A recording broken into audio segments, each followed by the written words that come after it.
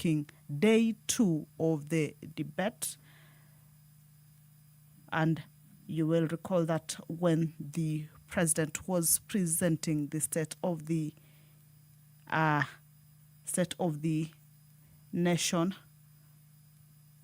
address that was done in Parliament and by extension to the entire nation,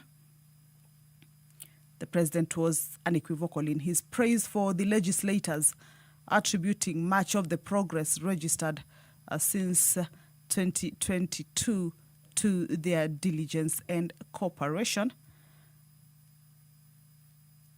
in executing its mandate. Members of the National Assembly are making their way into the chamber. Remember, at this particular point, the prayer has already been said and the chair taken, but the commencement of the House is facing a quorum hitch and has not commenced yet. So the Speaker has directed that the quorum bell be rung for 10 minutes, and of course this is as provided for in the House Standing Orders, that at least 50 members of the National Assembly should be present at the time the prayer is said and the chair taken for the House to be deemed to have quorated.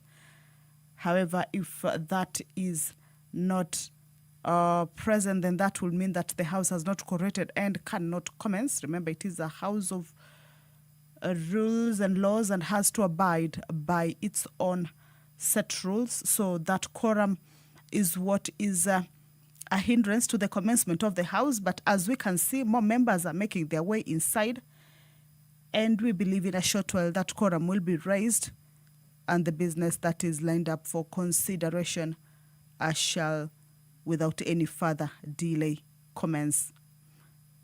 This morning sitting will be marking day 2 of the debate on the State of the Nation address by the President that was delivered in Parliament on Thursday, the 20th of November.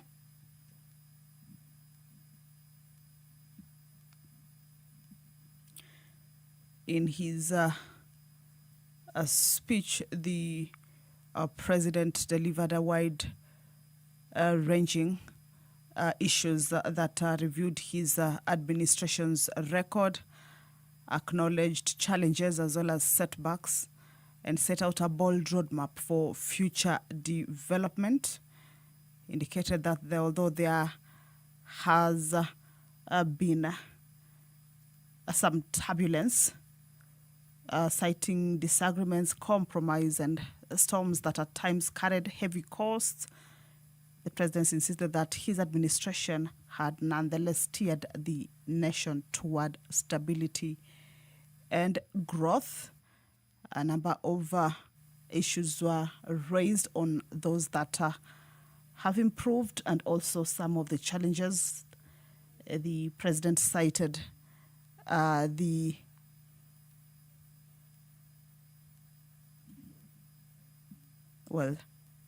quorum is still underway. The quorum bell is still underway. If you're just joining us, that the House is about to commence.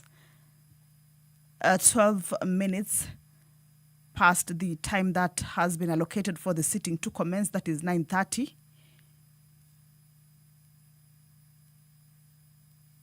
And as you can see, more members are making their way inside the chamber.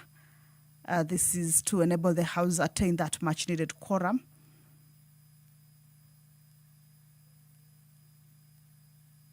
For the House to be able to commence. If that quorum is not raised, the House risks being adjourned. However, the business that is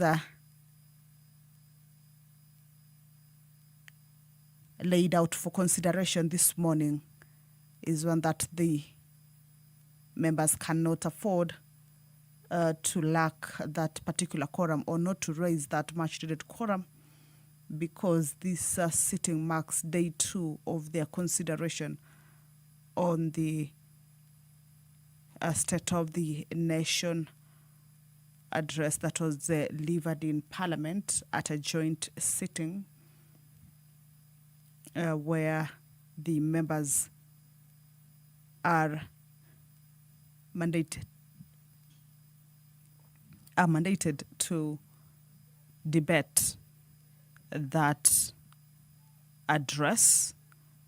The Tuesday afternoon sitting marked day one, and members gave out divergent opinions regarding the address. Many of them, or majority of them, hailing the progress that has been made. Some of the sectors that the president indicated to have made progress regardless of the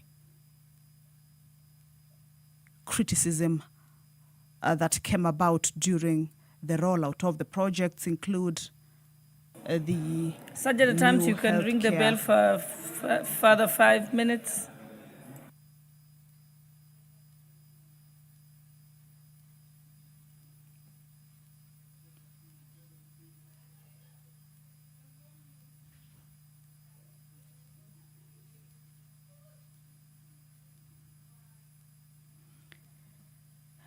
All right, the 10-minute quorum bell has lapsed. The speaker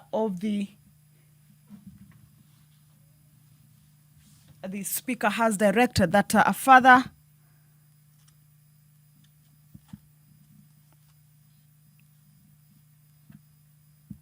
five minutes quorum bell be rung.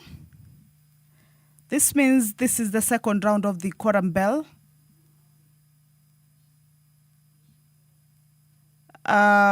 What that means is that at the lapse of this second round of the 5-minute quorum bell, if no quorum is present, then the speaker shall adjourn the House forthwith to the next sitting. The quorum of the House has to be 50 members, as provided for in the House Standing Order number 34, paragraph 1.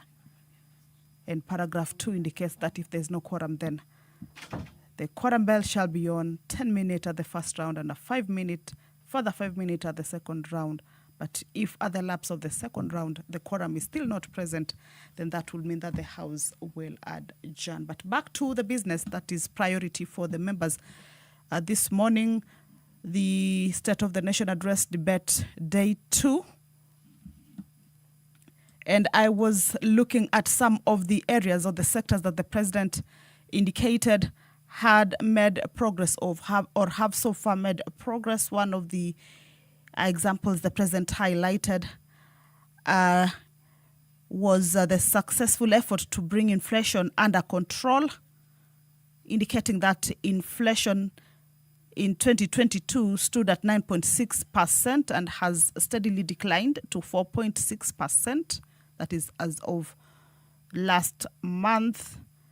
The president describing that as a significant relief for households that are struggling with the high cost of living. Also pointed out the stability of the Kenyan shilling, which had been in a worrying downward spiral, but has now steadied. That is at around 129 shillings to the US dollar for nearly 2 years. That is the whip from the majority side engaging the speaker to see whether the quorum is about to be attained or not, and also trying to see how perhaps more members can be able to get to the chamber for the House to be able to attain its quorum and for the business to be able to commence, or rather the House to be able to commence. At this point, when the House lacks the quorum, that is where the leadership, more so the whips, are needed to be able to whip members who may be within the precincts of Parliament to get into the chamber. And of course, that is what we are waiting for, the House to correct.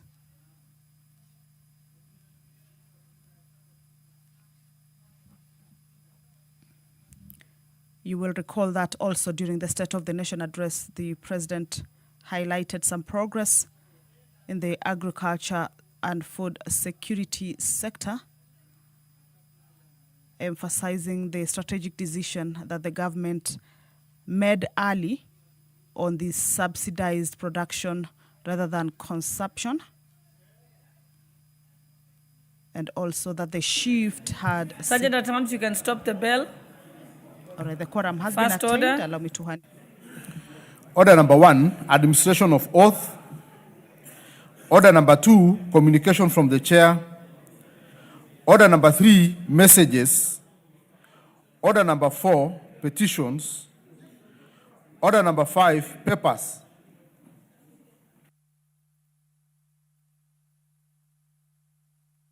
Honorable Wako, on behalf of Majority Leader, proceed. Honorable Speaker, I beg to lay the following papers on the table of the House today, Wednesday, 26th November 2025, morning sitting.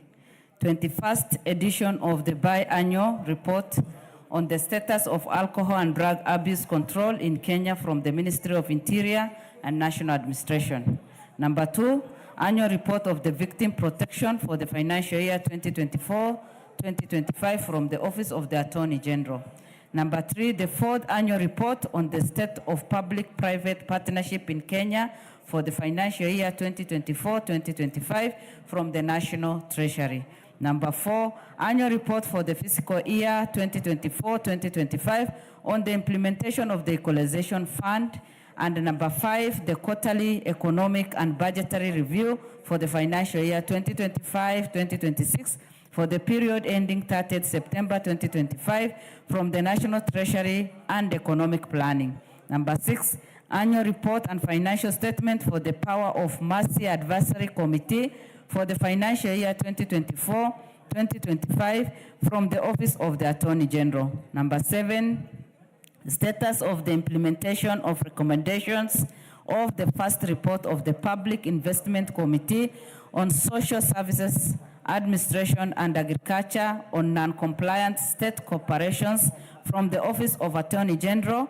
And number 8, reports of the Auditor General and financial statements for the year ended 30th June 2025 and the certificates therein in respect of the following constituencies: 1, Fafi; 2, Garissa Township; 3, Igembe South; 4, Kangundo; 5, Gadiani; 6, Quisero; 7, Lagdera; 8, Laikipia East; 9, Laikipia West; 10, Mara; 11, Malava; 12, Mandera West; 13, Matayos; 14, Matungulu; 15, Mavokos; 16, Runyenjes; 17, Seme; and 18, Wajir North.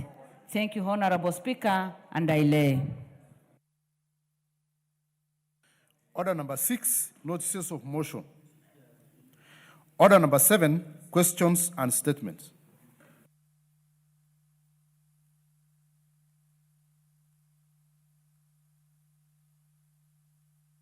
The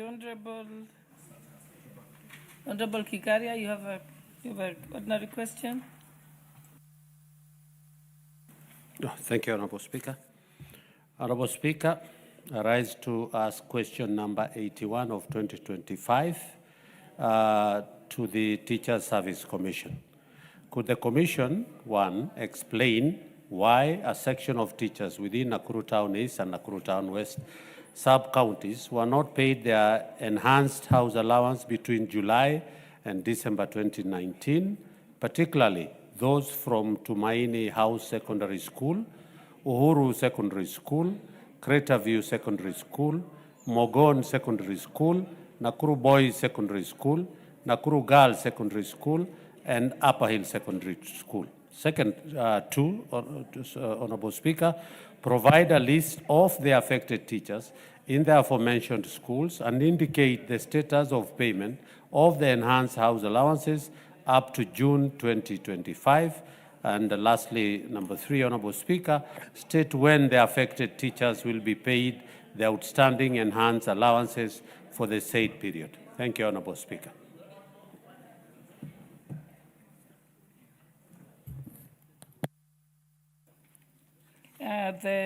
The question will be replied to by the Departmental Committee on Education.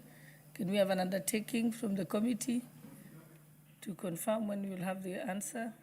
Is there a member of the committee here? Okay.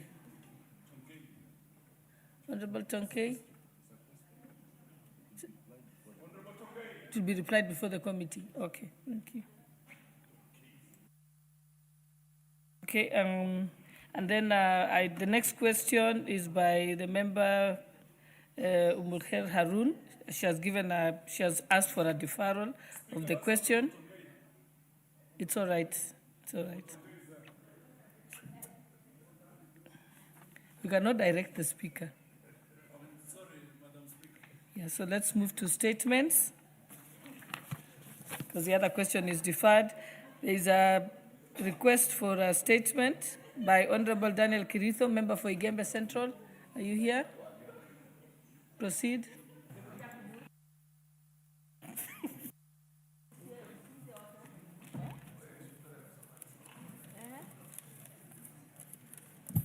Thank you, Madam Speaker. I request for a statement regarding the non-payment of salaries to chiefs and assistant chiefs in Igembe Central constituency. Honorable Speaker, pursuant to Standing Order 442C, I rise to request for a statement from the chairperson of the Department Committee on Administration and Internal Security regarding the non-payment of salaries to chiefs and assistant chiefs serving in Igembe Central constituency. Honorable Speaker, the following public officers who are appointed and are actively serving in their respective administrative units since 13th August 2024 have not received their salaries or remunerations since appointment. Mr. Shandak Mwambia, Chief, Adero Yena Location. Mr. Elias Mwenda, Assistant Chief, Dabero Sublocation. Mr. Rafael Ndichu, Assistant Chief, Kanjo Sublocation. Mr. Jeremiah Madeta, Assistant Chief, Liburu Sublocation. Mr. Stephen Kimadi Geteye, Assistant Chief, Liliaba Sublocation. And Mr. William Mugambi Manyara, Assistant Chief, Laikumukum Sublocation. Honorable Speaker, these officers have been diligently discharging their administrative duties, maintaining law and order, and serving the people of Igembe Central faithfully. However, it is deeply concerning that for more than 1 year, they have not received their salaries. This situation is demoralizing, unjust, and contrary to fair labor practices, as guaranteed under Article 41 of the Constitution. Honorable Speaker, it's against this background that I request for a statement from the chairperson of the Departmental Committee on Administration and Internal Security on the following. Reasons for the delay in processing and payment of their salaries of the aforementioned chiefs and assistant chiefs.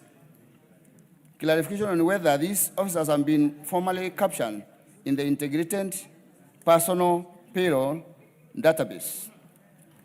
Measures that the ministry is taking to ensure that these officers are paid all their dues without further delay, and the steps being taken to prevent the recurrence of such delays in future appointments within the administration cadre. I thank you, Honorable Speaker.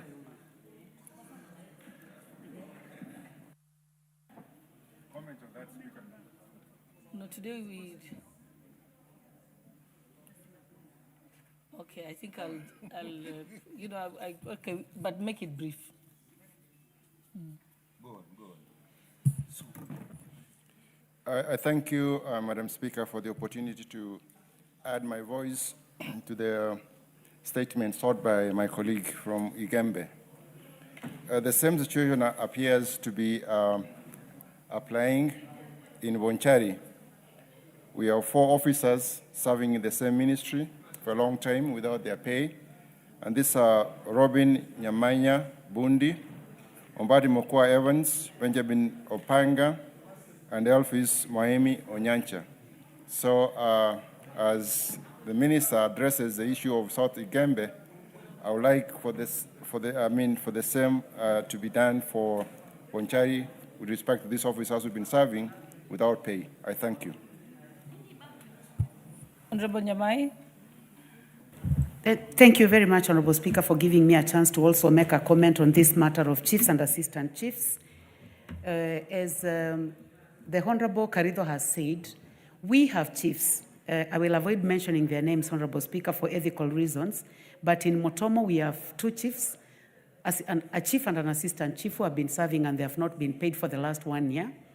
Also, the assistant chief for Makaye, an assistant chief in Nekanga, 6 of them, Honorable Speaker, in my constituency. It becomes very difficult because these people have children, they do not have food, it has not rained in my constituency for the last 3 years, and it is extremely difficult to continue working without pay. We can wait for operationalization of the new administrative units, but for those who have already been hired, we are now calling upon the ministry to make sure that these people are being paid. So as they serve justice to the constituents of the Honorable Karido, I would like to also ask that they serve justice to the chiefs and assistant chiefs in Kitui South. Thank you, Honorable Speaker. Thank you. This will be dealt with by the Committee on Administration and Internal Security. Honorable Russell. Thank you very much, Madam Speaker. Madam Speaker, I would really like to have a consolidated list from even the other 2 colleagues. Because I think this issue appears to be rampant, we want to address it directly with the ministry, and we respond to the House in 1 week's time. Thank you. The Honourable Member for Marakwet West, you have a request for a statement. Honourable Timothy Toretich.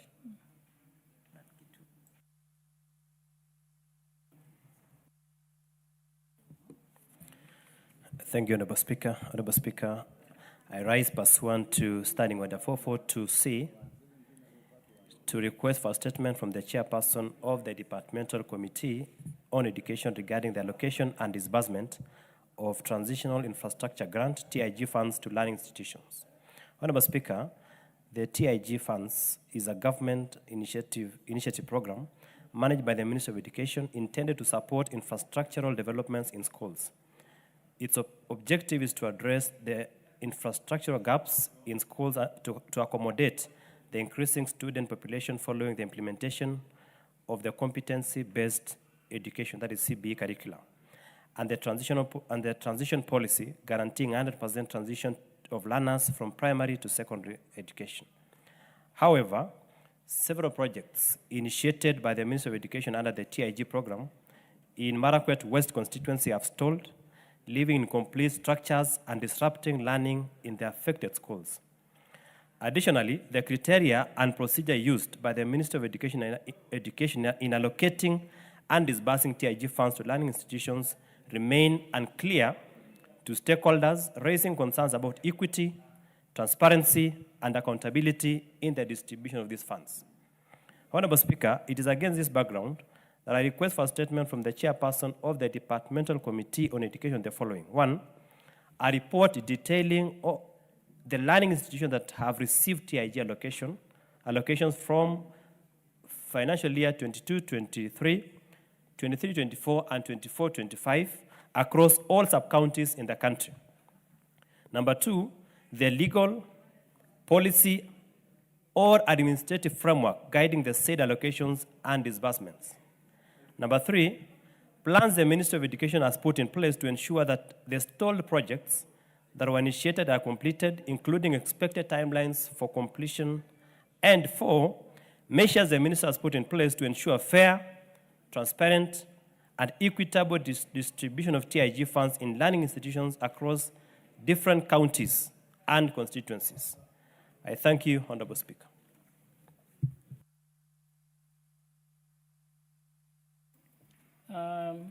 Honorable Tonke, you want to give an undertaking on behalf of the Education Committee? When will it be responded to? Thank you, Madam Speaker. We will respond in 2 weeks.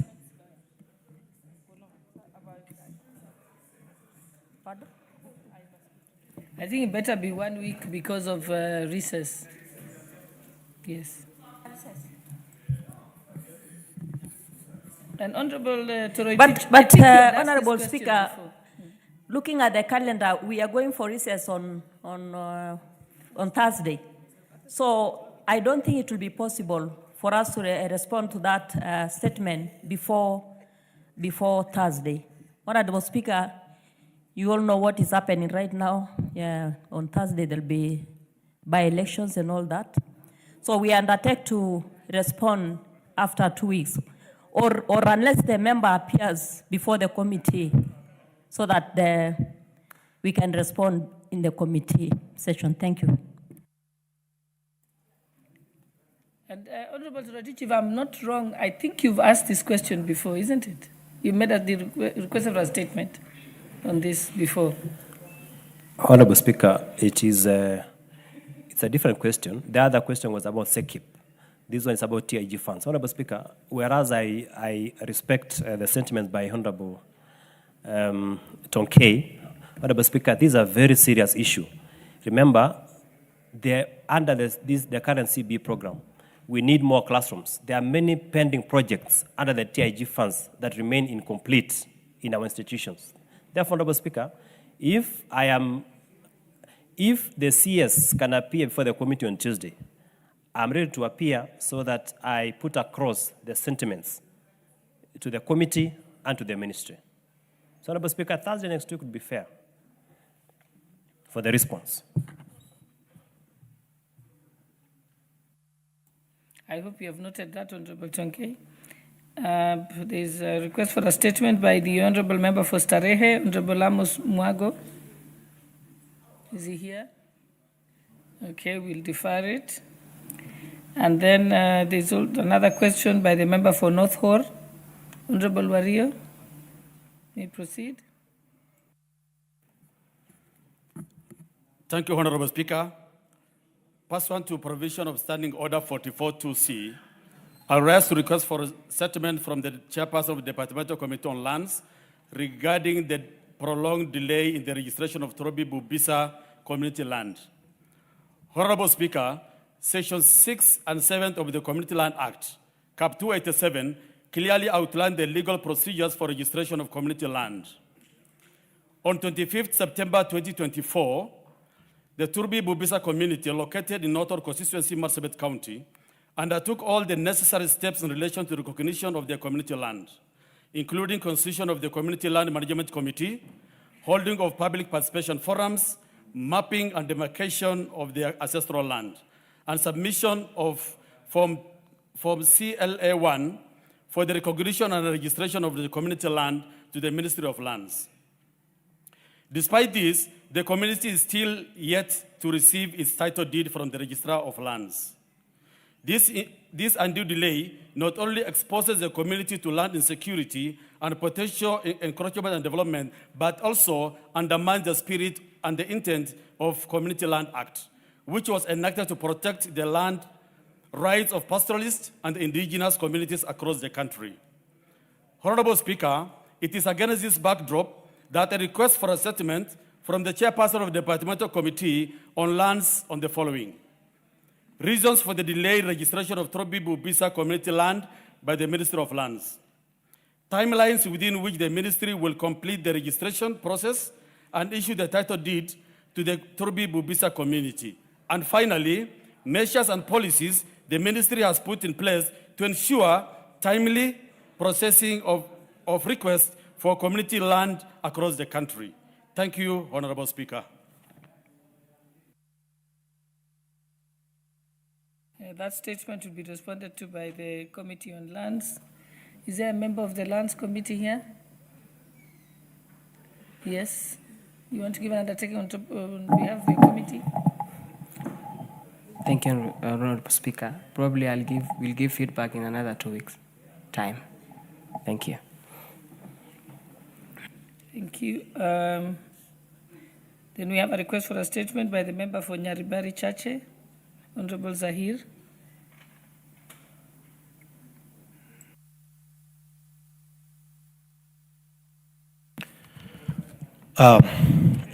Thank you, Honorable Speaker.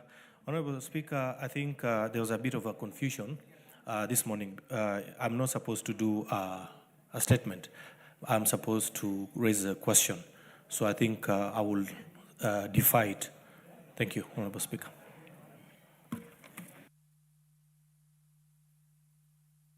The Honorable, next one is the Honorable Member for Sabatia, Honorable Clement Sloya.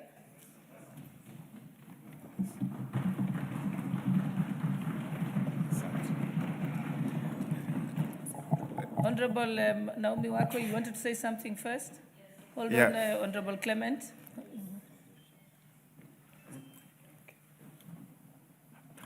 Thank you, Honorable Speaker. Putting into consideration the number of days and months that Honorable Clement's lawyer has been out because of health issues, as 13th Parliament, we thank God that he's back. And he has been very active and participating in different ways, but because of health matters, he has been away. We thank God that he's back, and I also want to thank the members who have stood with him as we welcome him, and also his constituents, because they have been very understanding. So welcome back. We are happy to have you back, and we thank God that you have recovered. Thank you. Thank you, Honorable Clement Sloya. We will proceed. Just request for a statement. Honorable Speaker, pursuant to the provisions of Standing Order number 42C, I rise to request a statement from the Chairperson of the Departmental Committee on Transport and Infrastructure regarding the Lunyerere Bridge along the Kisumu-Kakamega Highway. Honorable Speaker, the Lunyerere Bridge serves as a critical link for residents of Vihiga, Kakamega, and Kisumu counties and surrounding regions, facilitating the daily movement of passengers, goods, and services. However, the bridge is narrow, lacks adequate safety guardrails, and is poorly illuminated. As a result, it has increasingly become a black spot. Several lives have been lost over the years, with vehicles and motorcycles frequently plunging into the river when motorists lose control due to heavy rains or during periods of low visibility. The recurring loss of lives and property therefore calls for urgent intervention regarding the bridge's structural design and width. Honorable Speaker, it is against this background that I request for a statement from the Chairperson of the Departmental Committee on Transport and Infrastructure on the following. 1, immediate measures and long-term interventions being taken by the Ministry of Roads and Transport to enhance the safety of motorists and pedestrians on Lunyerere Bridge along the Kisumu-Kakamega Highway. 2, plans, if any, to expand the bridge to meet the required safety and traffic standards, including the expected timelines for commencement and completion. And 3, the immediate plans the ministry has to install guardrails, reflective signage, road markings, and proper lighting to enhance the safety of motorists and pedestrians on Lunyerere Bridge. I thank you. This will be marked to the Committee on Transport and Infrastructure. Is there a member of the committee to give an undertaking on behalf of the committee? Yes, Honorable Zahir. Honorable Speaker, we will do something about it, respond to it. Thank you. Maybe 1 week. Thank you. Thank you. There is also a request for a statement by the Honorable Joyce Kamene, member for Machakos County. Just walked in on time.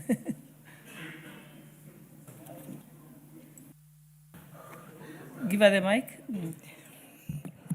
Thank you, Madam Speaker. Allow me to make a request for a statement regarding compensation of victims of the 1999 train accident.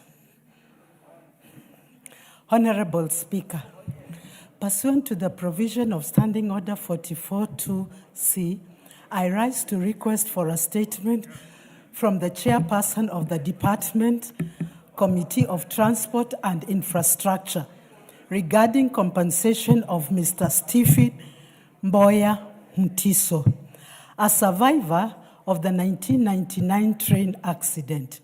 Honorable Speaker, Mr. Stephen Mboya Mutiso of ID number 5090070 and a resident of Kaiwa in Kadhiani constituency, Machakos County, was involved in a tragic train accident on 24th March 1999 while traveling from Nairobi to Mombasa. The accident, which occurred when the train derailed in Tsavo National Park, claimed 32 lives and left more than 100 passengers injured. Mr. Stephen Mboya sustained serious injuries and was admitted to Kenyatta National Hospital for 8 months. Following his discharge, he has continued to attend monthly medical clinics. Tragically, his mother, the late Ngondu Mutio Musembi, was among those who lost their lives in the accident. The Kenya Railway Corporation undertook to cater for the burial expenses for the deceased persons and to assist with medical bills for the injured victims. Despite these assurances, the victims of these families have not received any compensation to date for the losses, injuries, and expenses incurred as a result of the accident. The prolonged lack of compensation by the Kenya Railway Corporation has caused immense financial hardship and distress for Mr. Stephen Mboya, who continued to face expense of medical care linked to the injuries sustained during the accident. Honorable Speaker, it is against this background that I request for a statement from the chairperson of the Department Committee of Transport and Infrastructure for the following. An update on whether Kenya Railway Corporation has compensated any victim of the 1999 train accident, and if so, an explanation to why Mr. Stephen Mboya Mutiso is yet to receive payment for the hospital bills incurred and burial cost of his late mother. The second, a clear indication of the timelines within which Kenya Railway Corporation intends to settle the outstanding dues occurred to Mr. Stephen Mboya Mutiso and any other deserving cases. And finally, the measures put in place to provide mental health support and regular psychological checkups for the survivors and the train accident to help them cope with the psychological trauma resulting from the incident. Thank you, Honorable Speaker. Will be dealt with by the Committee on Transport and Infrastructure. Zahir, you want to give an undertaking? Yes, Honorable Speaker, we will, the committee will do a response within 2 weeks' time for both, whatever it is. Thank you. Okay, we also have a request for a statement by the Honorable Member for Nandi Hills, Honorable Kitur.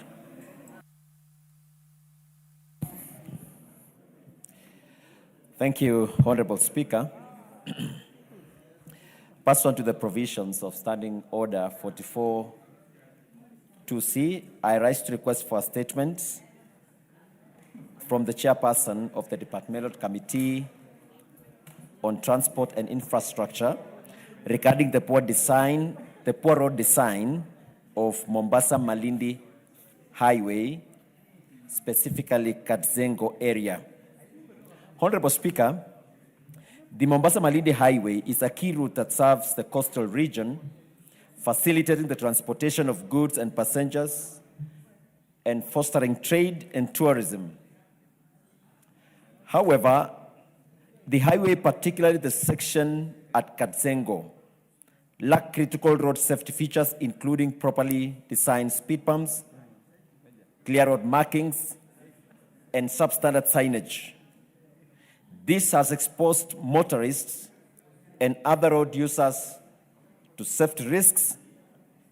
Since the completion of the road, multiple accidents on the road have been attributed to the poor design of the road, especially the absence of visible road markings and signage. In fact, on 10th of April 2025, a 25-year-old Mr. Hezron Kiprotich of ID number 38317443 lost his life in a road accident at Katzengo area. Road users have raised concerns severally about missing signages and lack of traffic safety infrastructure, yet remedial action has not been taken to date. Honorable Speaker, it's against this background that I request for a statement from the Chairperson of the Departmental Committee on Transport and Infrastructure on the following. Number one, plans by the Ministry of Roads and Transport to install proper signages and additional safety interventions, such as reflective road lighting in the Katzengo section to reduce the risk of accidents along the Mombasa-Malindi Highway. Second is the expected timelines for completion of the installations of these road safety measures and design corrections. And finally, I wish to know what are the plans by the ministry to compensate the family of the late Mr. Hezron Kiprotich, and as well the measures that are put in place to support victims of accidents caused by poor road infrastructure. I thank you, Honorable Speaker. That will also be responded to by the Committee on Transport and Infrastructure. Honorable Zahir. Honorable Speaker, we will respond within 2 weeks. Thank you. Thank you. Next, we have a request for a statement by the Honorable Mohammed Ado, member for Wajir South.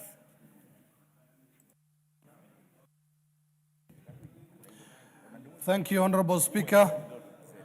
Honorable Speaker, pursuant to the provisions of Standing Order 44-2C, I wish to request for a statement from the Chairperson of the Departmental Committee on Tourism and Wildlife regarding the unlawful relocation of 2 orphaned Somali or reticulated giraffes from Wajir County.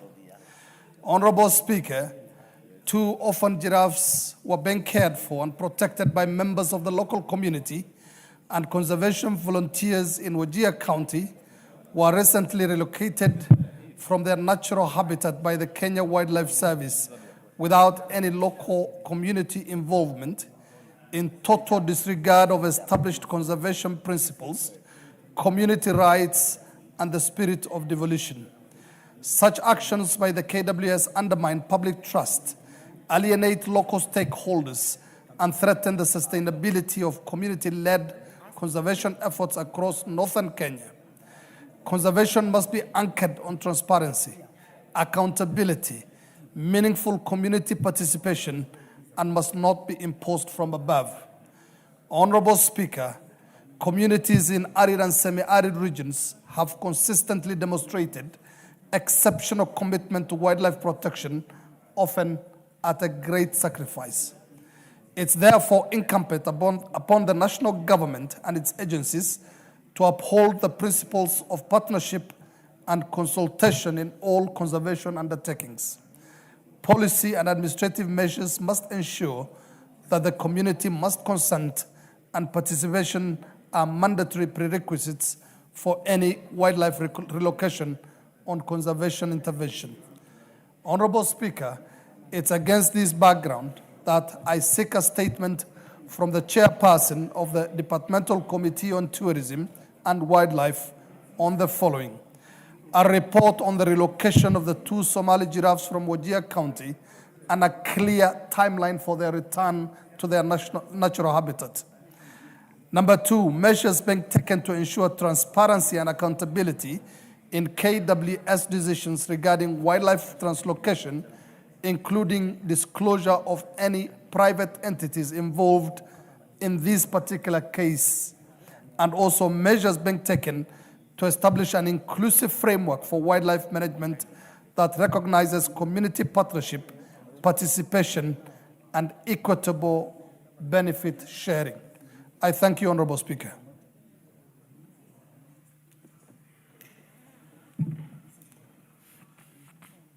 That will be dealt with by the Committee on Tourism and Wildlife. Is there a member of that committee here? Okay. Honorable Wako, you want to give an undertaking? Yes, Chair. Yes, Honorable Speaker, I will make sure that the Chair will respond to this as early as possible because it needs some serious attention. Thank you.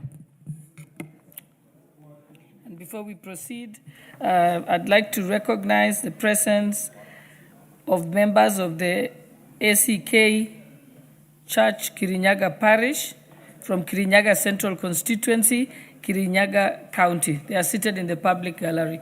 On behalf of the National Assembly, we welcome you to the National Assembly. Thank you. Honorable Oundo, you have a statement, request for a statement? Thank you, Honorable Speaker, for indulgence. Honorable Speaker, pursuant to provision Standing Order 44.2c, I rise to request for a statement from the chairperson of the Departmental Committee on Labor regarding the reported assault of a Kenyan worker by a foreign national at the TCA Mabati factory in Eldoret. Honorable Speaker, one Andrew Tabu Kagwa Waliera, hold of ID number 32422230, and a resident of Sibinga sublocation, Nambuku location in Funyula constituency, was captured on video being violently assaulted, demeaned and threatened by his Chinese supervisor, Mr. Shi Zinding. This repressive act, now in the public domain, has sparked widespread outrage and raised serious concerns about the treatment of Kenyan workers by certain foreign employers operating in our country. Honorable Speaker, the victim is currently in poor health, nursing serious injuries sustained during the assault. He has been unable to resume his duties effectively and, shockingly, is now reportedly facing threats of dismissal from employment. Even more worrying is the allegation that he was coerced into recording a video with his assailant purporting to forgive him, an act clearly aimed at repressing the truth and obstructing justice. This matter goes beyond an isolated case of assault. It touches on the dignity of Kenyan workers, the sovereignty of our labor laws, and the responsibility of the state to protect citizens from abuse, intimidation, and unlawful treatment within their place of work. Honorable Speaker, it's against this background that I seek a statement from the chairperson of the Departmental Committee on Labor on the following. A, lawful action being taken against the Chinese national, Mr. Shi Zinding, in accordance with the provision of the Kenyan labor, migration, and criminal laws. Steps B, or 2 steps being initiated to ensure adequate compensation and medical support for the victim, Mr. Andrew Kagwa Waliera, for the injuries, trauma, and economic losses he has suffered. And 3, the immediate and long-term measures the government is putting in place to prevent the recurrence of such assaults, mistreatment, violation of Kenyan workers by foreign employers, and to guarantee a safe, dignified, and lawful working environment for all employees. I thank you, Honorable Speaker. Thank you. That will be forwarded to the committee, the Labour Committee. Anybody from the Labour Committee to give an undertaking? Honorable Wako, then. Thank you, Honorable Speaker. I'll talk to the chair so that they respond before we go on recess. Thank you. Now we go to responses to statements. We'll start with the Honourable Member for North Hall, Honourable Warrior. Statement. Who's responding? Honourable Raso, you're the one responding? Okay.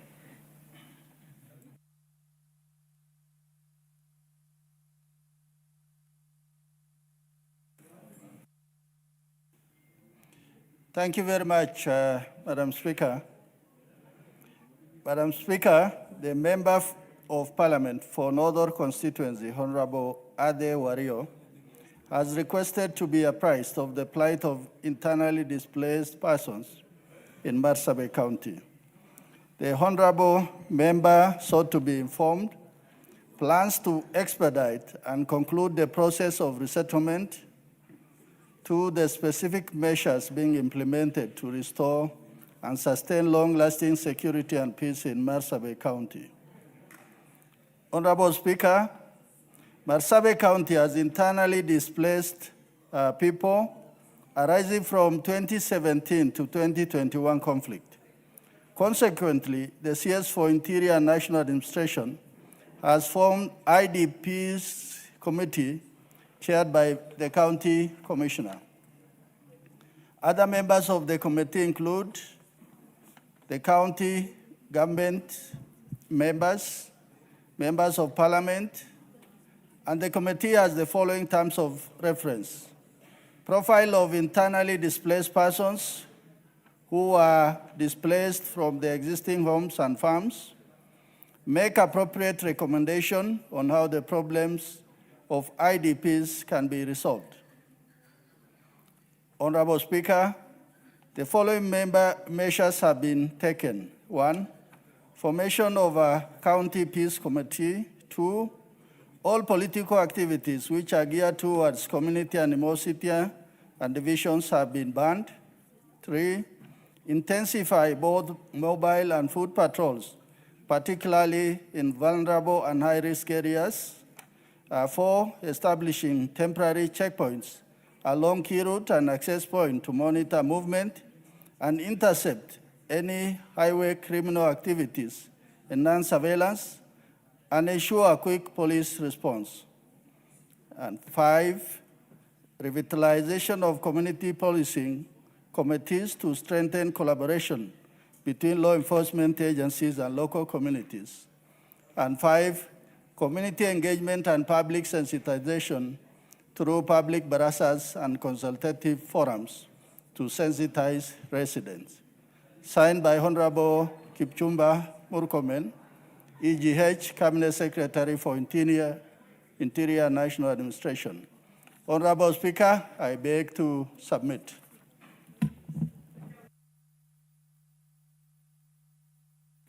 Honorable Warrior, are you satisfied? Do you have anything to say? Thank you, Honorable Speaker.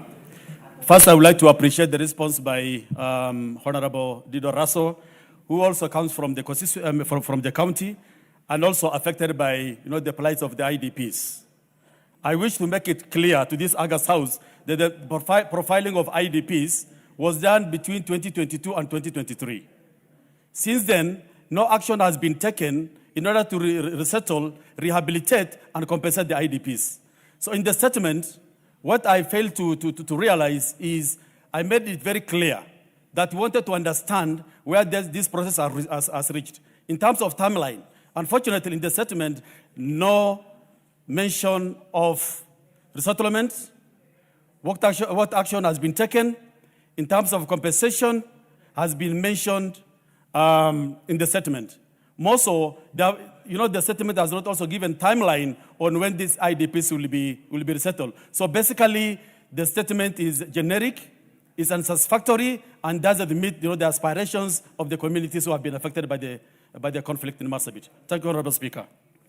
I think, Honorable Russell, your committee then you have to send back the request for clarification from the ministry. Thank you very much, Honorable Speaker. Honorable Speaker, I come from that area, and I'm fully versed with what Honorable colleague there is stressing. One thing we must appreciate from this government, today there is peace in Marsabit. But from 2017 up to the general election, we were fighting, and there was apparent absence of government. And today, the reason of us talking about this is because there is peace. Secondly, the government has gone further to form committee and also peace committee, so that there must be. Honorable Russell, you are now holding brief for the ministry. I think all we need is your confirmation that you will seek the 3 clarifications that he wants. Thank you very much, Madam Speaker. Well guided. Okay, there's another response also to another question by the member for insecurity in North Hall. Honorable Russell, you have the response? Thank you very much, Madam Speaker. Madam Speaker, the Member of Parliament for Northern Constituency, Honorable Adewari, was requested to be apprised of the status of insecurity in Northern Constituency. The Honorable Member sought to be informed, 1, status of investigation into attacks against constituents of Northern, particularly in Shur, Awaye, Balesbura, Basic, Sarimo, and Korka.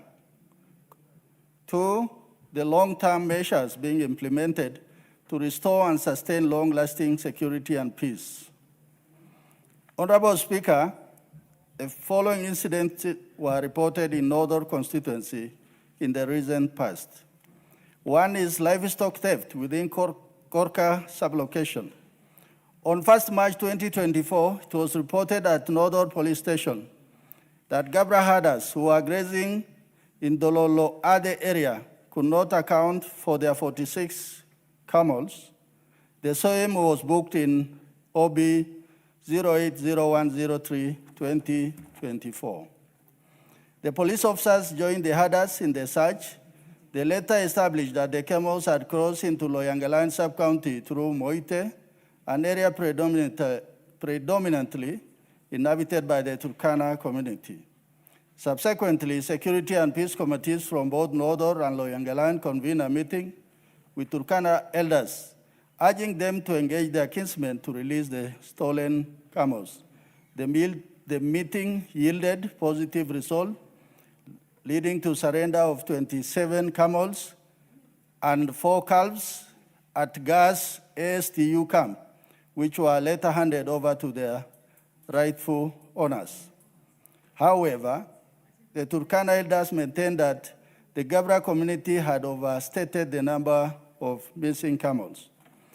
A team of officers led by the sub-county police commander visited the scene and established that there were approximately 20 suspected armed Turkana bandits who had raided a Gabra Manyata at around 0100 hours, where they stole 464 goats and sheep, killed 1 camel and injured another, which were approximately valued at 3 million. The stolen livestock were driven towards the Kai area of Loyangalan sub-county, and subsequently a joint multi-agency security operation was mounted in the Moite area, leading to recovery of 142 goats and sheep. Thereafter, there was a reconciliatory peace meeting led by the Northern Sub-County Security Intelligence Committee. The Sub-County Security and Intelligence Committee has confirmed that Sarimo area, which is within Chargulo's sub-location of Northern location, remains a security hotspot owing to its expansive grazing fields and a single major water point contested by the Gabra and Turkana communities. Madam Speaker, the other incident reported is theft of livestock in Shur area. On 25 November 2024, a report was made at Shur Police Post. 150 camels were stolen and one person fatally injured. The report was booked by OB 02-25-11-2024. Police officers, with the support of local residents, recovered all the stolen camels and returned them to their rightful owners. The third is insecurity incidents in Balesbura and basic areas. On 6 September 2025, a banditry attack occurred in Balesbura and basic location within Marsabit North Sub-County, resulting in the fatal injury of 3 Gabra pastoralists and serious injury to 1 person in the Dambala Badana area. Following the incident, an inquest file 04-2025 was opened, and chiefs from both Marsabit North and Loyangalan sub-counties recorded their statement. Insecurity within Loyangalan sub-county. Honorable Speaker, on 13 October 2025, a report was made at Loyangalani Police Station by Epus Lichochi that suspected Gabra bandits had attacked and fatally injured a herder at one of water wells within gas location of Northern Sub-County. The incident was booked in OB. The deceased body was later interned in Loyangalani, followed a postmortem. On 19 October 2025, suspected Turkana bandits, in what is believed to be a retaliatory attack, shot and killed Guyo Elema Halake while he was herding cattle in Milima Siriko in gas location, Northern Sub-County. The long-term measures being implemented to restore security within the area. 1, STU camp at gas continue to enhance security within hotspot areas. 2, security agencies are sustaining continuous disarmament operation targeting illegal possession of firearms. 3, recruiting National Police Reservists to complement the police in the fight against banditry.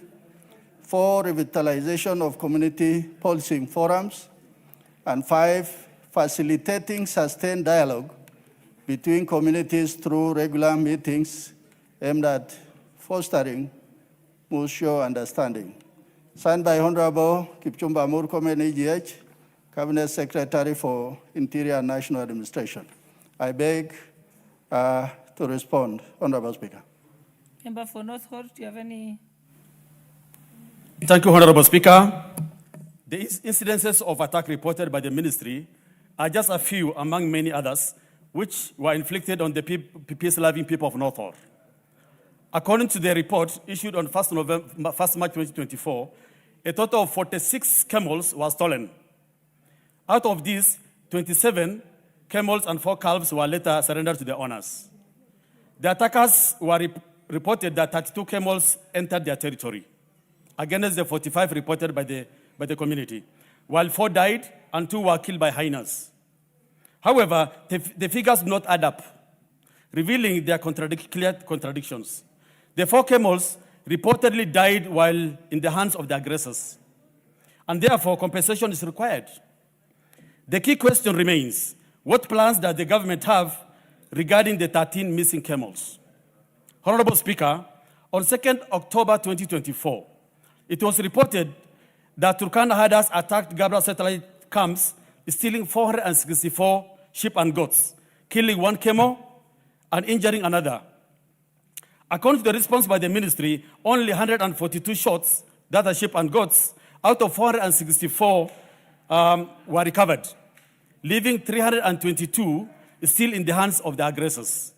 Therefore, I'm seeking answers on when the remaining livestock will be recovered and returned to the rightful owners.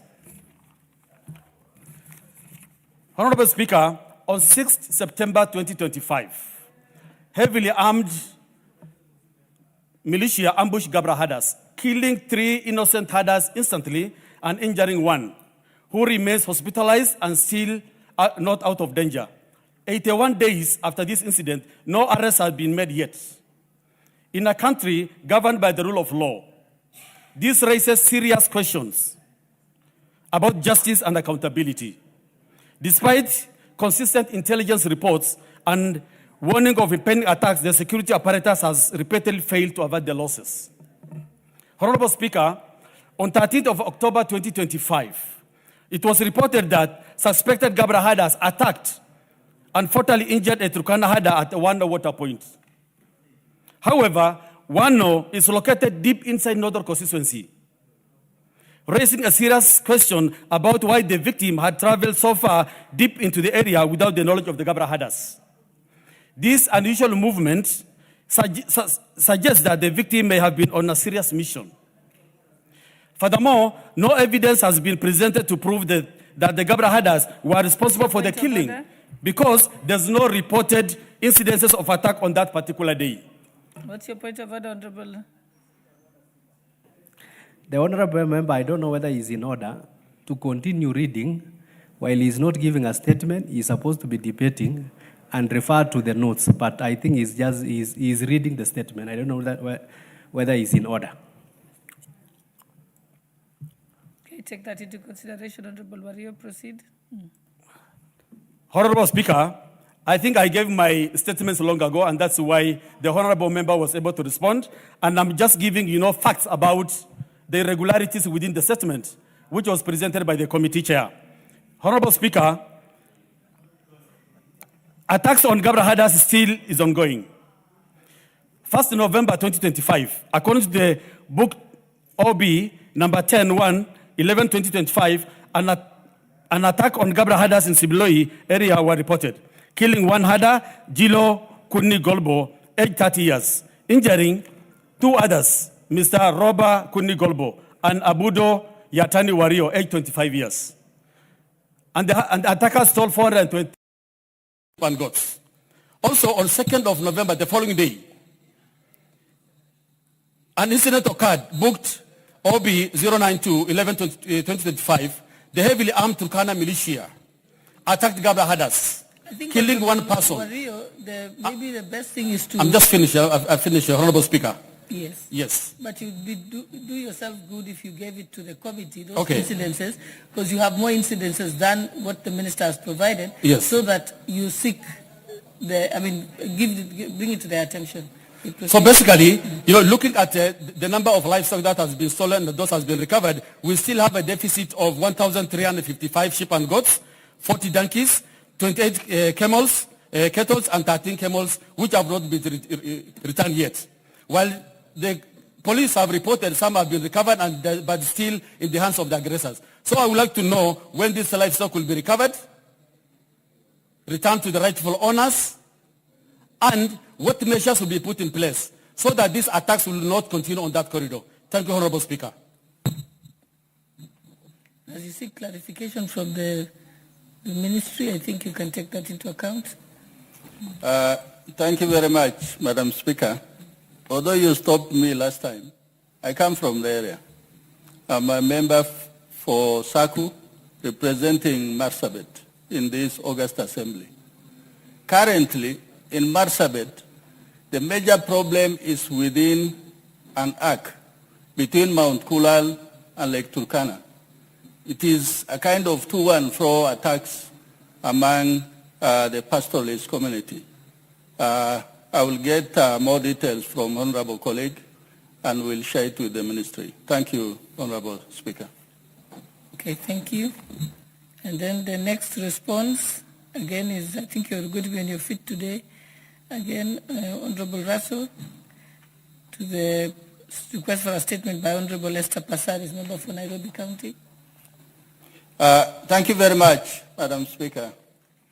Madam Speaker, the member for Nairobi County, Honorable Esther Passaris, requested to be apprised of a video clip that had been circulating on social media alleging a confession to rape by Pastor James Nganga. The honorable colleagues sought to be informed, one, measures being undertaken by DCI to authenticate and investigate the circulating video. 2, the mechanism in place to identify, locate, and protect survivors of sexual violence. 3, the plans by the government to regulate, monitor, and curb the misuse of artificial intelligence. Honorable Speaker, a video clip that circulated online in early October 2025, purportedly showing Pastor James Nganga confessing that in his youth, he and 7 other men participated in the gang rape of a woman. The clip went viral and sparked widespread public outrage. The DCI investigation launched inquiries into the matter. Pastor Nganga was subsequently summoned. He appeared before DCI in Nairobi on 15th October 2025 and recorded a statement. In his account, Pastor Nganga clarified that during a crusade held at Maili Tatu, Meru in September 2025, he had shared a personal testimony about his life, including his time in prison and the reason for his incarceration. He explained that the reference to a gang rape incident was a fictitious illustration drawn by stories shared by inmates, intended to emphasize that God can redeem anyone regardless of their past. An exhibit memo form has been prepared requesting the Communication Authority of Kenya to download and preserve the video clip from the provided link, determine whether it was AI generated or digitally manipulated, to certify the clip and furnish a forensic report. Meanwhile, the investigating officers in the process of identifying the congregants who attended the Maili Tatu crusade with a view to interviewing them to obtain further investigative leads. Honorable Speaker, investigations are ongoing with forensic digital result and intelligence analysis being awaited to aid in determining the authenticity of the clip. Upon receipt of the forensic report, the inquiry file will be forwarded to ODPP for perusal and appropriate advice. 2, mechanism in place to identify, locate, and protect survivors. Honorable Speaker, the NPS, through the DCI, has established mechanism to identify, trace, and protect survivors of sexual violence. 1, gender and children protection units are operational at county and sub-county levels. 2, the DCI collaborates with medical, psychosocial, and legal support services providers to ensure survivors receive comprehensive care and protection. 3, in cases involving online circulation of sensitive or explicit content, the Cybercrime and Digital Forensic Unit works with the Communication Authority of Kenya and social media platform. 3, survivors are referred to gender officers, counselors, and partner agencies for trauma counseling. And 5, the government continues to strengthen multi-agency coordination to ensure safety, privacy, and dignity of the survivors. Honorable Speaker, plans by the government to regulate, monitor, and curb misuse of AI and other digital technologies. 1, the recent assent by President to key legislation, including the Computer Misuse and Cybercrime Amendment Bill 2024, has strengthened the legal framework.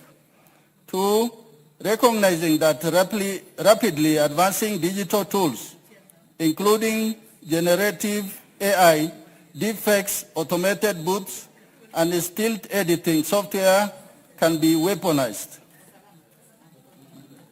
Honorable Speaker,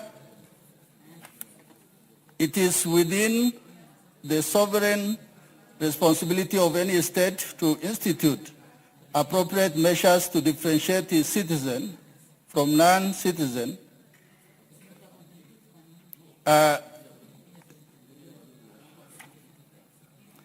Honorable Speaker, given this fact, it will therefore be accurate.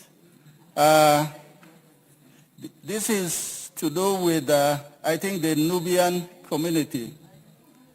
in terms of within, I think the statement sought, there was the issue of discrimination of some of the Kenyan communities.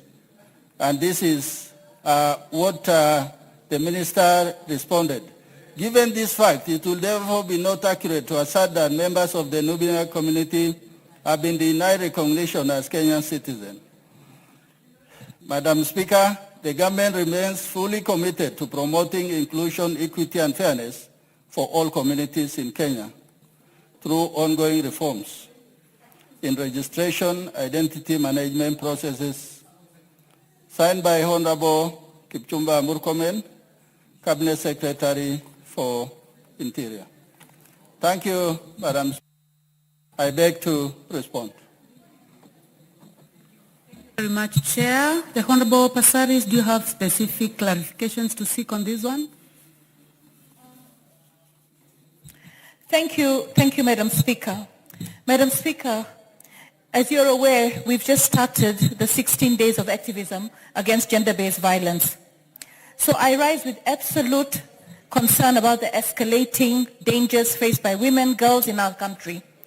And that is what brought about the statement that I was seeking. The events of the past week, Madam Speaker, I want to bring this to your attention. The events of the past week has shown us that we are not dealing with isolated incidents when it comes to gender-based violence. It's a pattern. It's a pattern of violence, neglect, and institutional failure. Honorable Speaker, the matter involving Pastor James Nganga generated intense national debate. When the video circulated, the pastor came out immediately. He addressed it, reacted to it, and in many ways acknowledged the clip while making further remarks, some directed at me personally. But this is not about personalities. It's about whether the incident he described, whether many years ago or recently, involved harm to a woman whose story remains unknown. Violence does not lose its gravity with time. A possible survivor or her family may be living with unanswered questions. If nothing happened, the public needs clarity, grounded in professional investigations. What the chair has just told me in the response.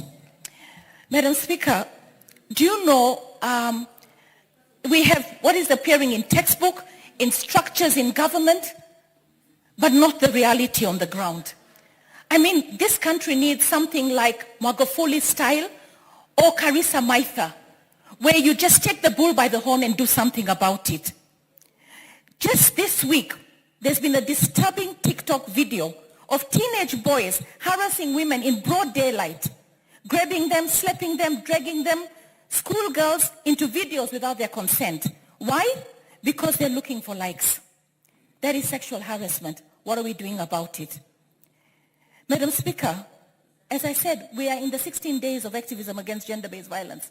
There is Rita Mweni, Roysambu, Starlet Wahu, South B, Mary Wangui, Kasarani, Christine Soeta, Kakamega, Brenda, an MKU student in Thika, Irene Ayemba, and then there's Abigail. Abigail, here in Kasarani. Now, I want you to listen to this because you always interrogate Interior, okay? When Abigail's mother called recently and asked, what is the status of the investigation on my daughter? This is what the police told her. Wait, we have other cases. And then here you're telling me that we have structures and we are doing what is necessary, we are giving counseling, we're investigating. No, we are failing, okay? Honorable Speaker, no parent should have to hear that, wait, we have other cases.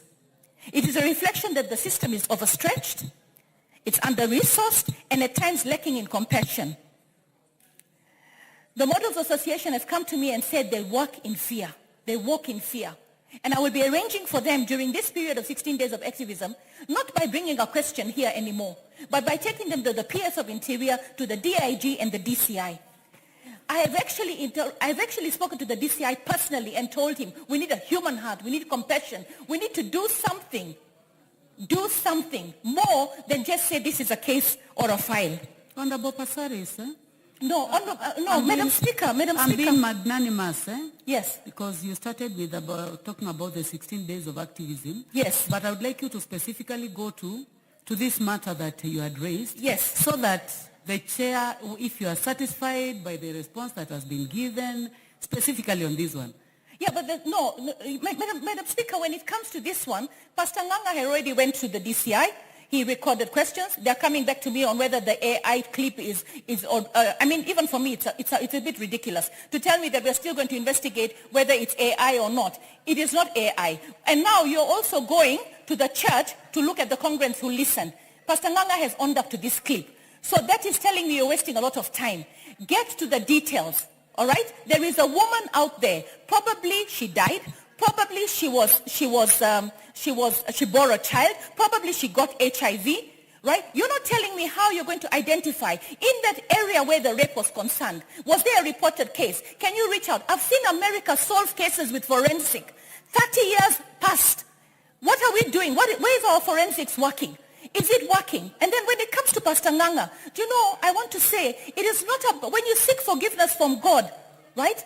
It's more than just becoming a reformed person. It is also going and making peace with those people that you wronged. And if he wants, we should find the victim. And we should actually come out clearly that rape is not right. Madam Speaker, I want to take you to what's going on in South Africa today. Because it's so important. It will happen in Kenya. Honorable Speaker, South Africa recorded this year alone 5,475 femicide cases. And now it's been declared a national disaster. We don't want to head there, but we are almost heading there. And we're heading there because there are files like that one of Abigail, right? And this one of the victim who was gang raped 8 times. I want you to imagine this. Gang raped by 8 women, left there lying like a dog. Those were his exact words. And you're coming here and telling me you're still concerned about the AI video? Get it real. It's not about the AI video. The AI video coming and clarifying to me that the AI video is actually an original, and the church members have said this and said that. Find me the survivor. Find me justice for the survivor. Tell me what happened with this case. There must have been a patient in a hospital. There must have been a police case reported. There might have been a dead body.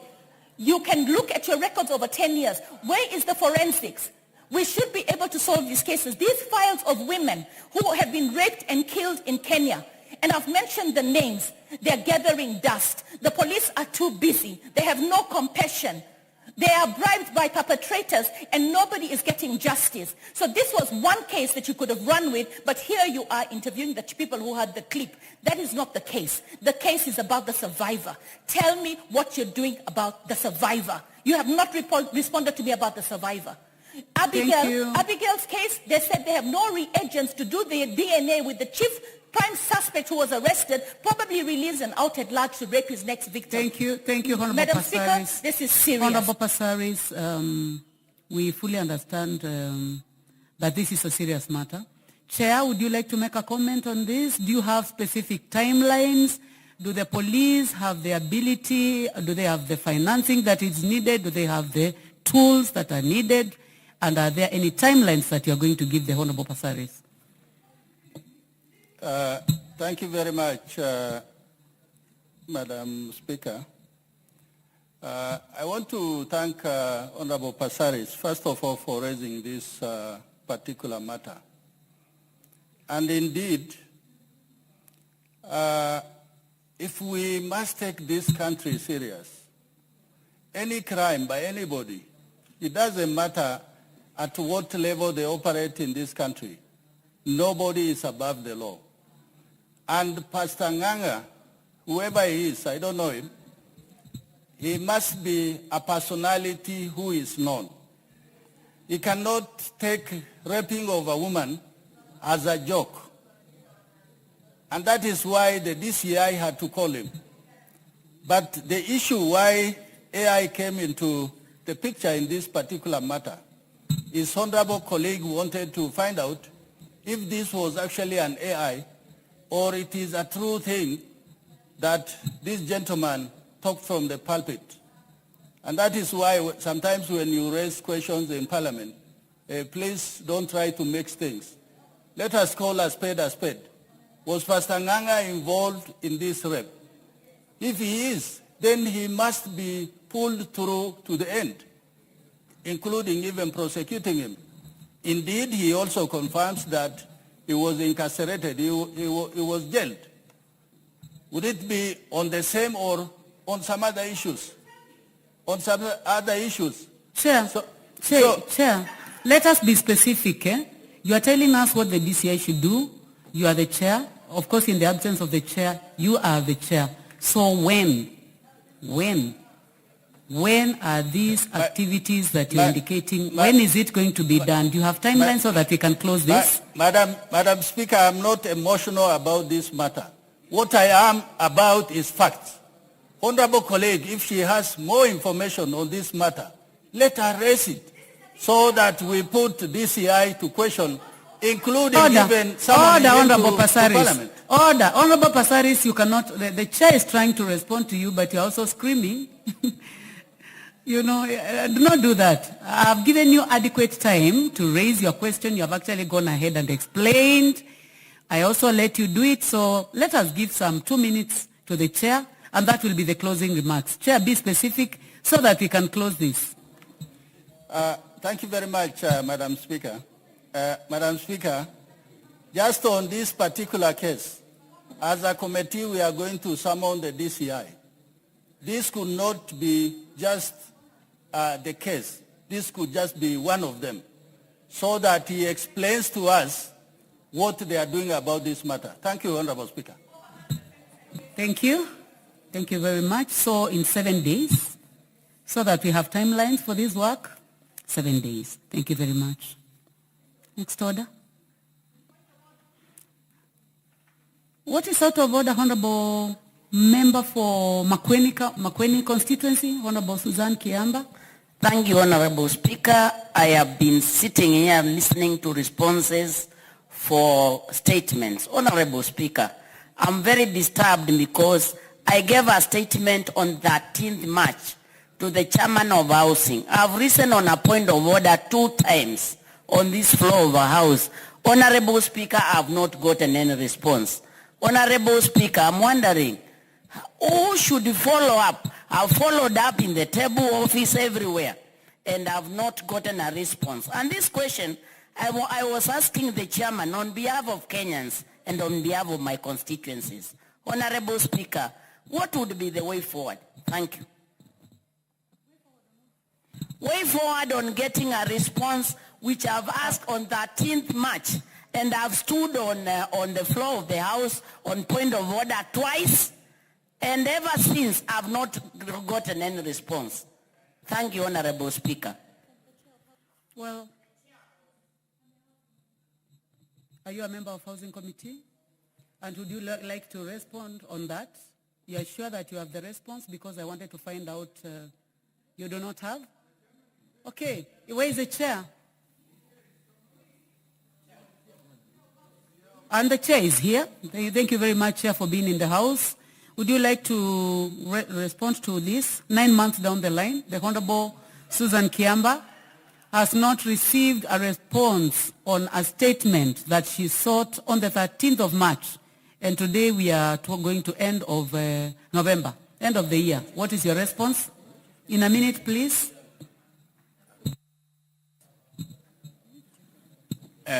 Madam Speaker, I wish to request for time. You remember, Madam Speaker, when that question was raised, we went for recess, and of course we had organized to come and give a reply, and then the minister has not done a good report on it, so we're still requesting. I will still request for probably 1 week so that I can respond to it. Okay, from March to now, fair enough, review your documents and give a response in, you said 1 week. So be it. Thank you. Next order. Before we go to that, Honorable Rahim Dawood. Honorable Rahim. Honorable Suzanne, so that we move to the next business, the chair said that you're going to get a response in 7 days, in a week. Speaker, you know we are closing the session, and now you have ordered in 1 week. So I think, am I being assumed? Because now it is, we passed 3 sessions, and now you have said within a week I should be answered. Will it be online, or how will I be answered? Thank you, Honorable Speaker. Honorable Suzanne, for your information, we still have a week in this house, and this is a house of records, and the chair has made a commitment that you will get your response in the next 1 week. So 1 week, good enough, and have you accepted? You accepted, so thank you. Honorable Dawood? Madam Speaker, I want to do for the President's speech, that's why. Very much. Next order. Order number 8, the Local Content Bill, National Assembly Bill number 45 of 2025, first reading. A bill for an act of Parliament to provide a framework to regulate local content in Kenya, to promote the local industry, provide the sourcing of locally produced goods and services, and for connected purposes. Order number 9, motion, debate on the President's address, second allotted day.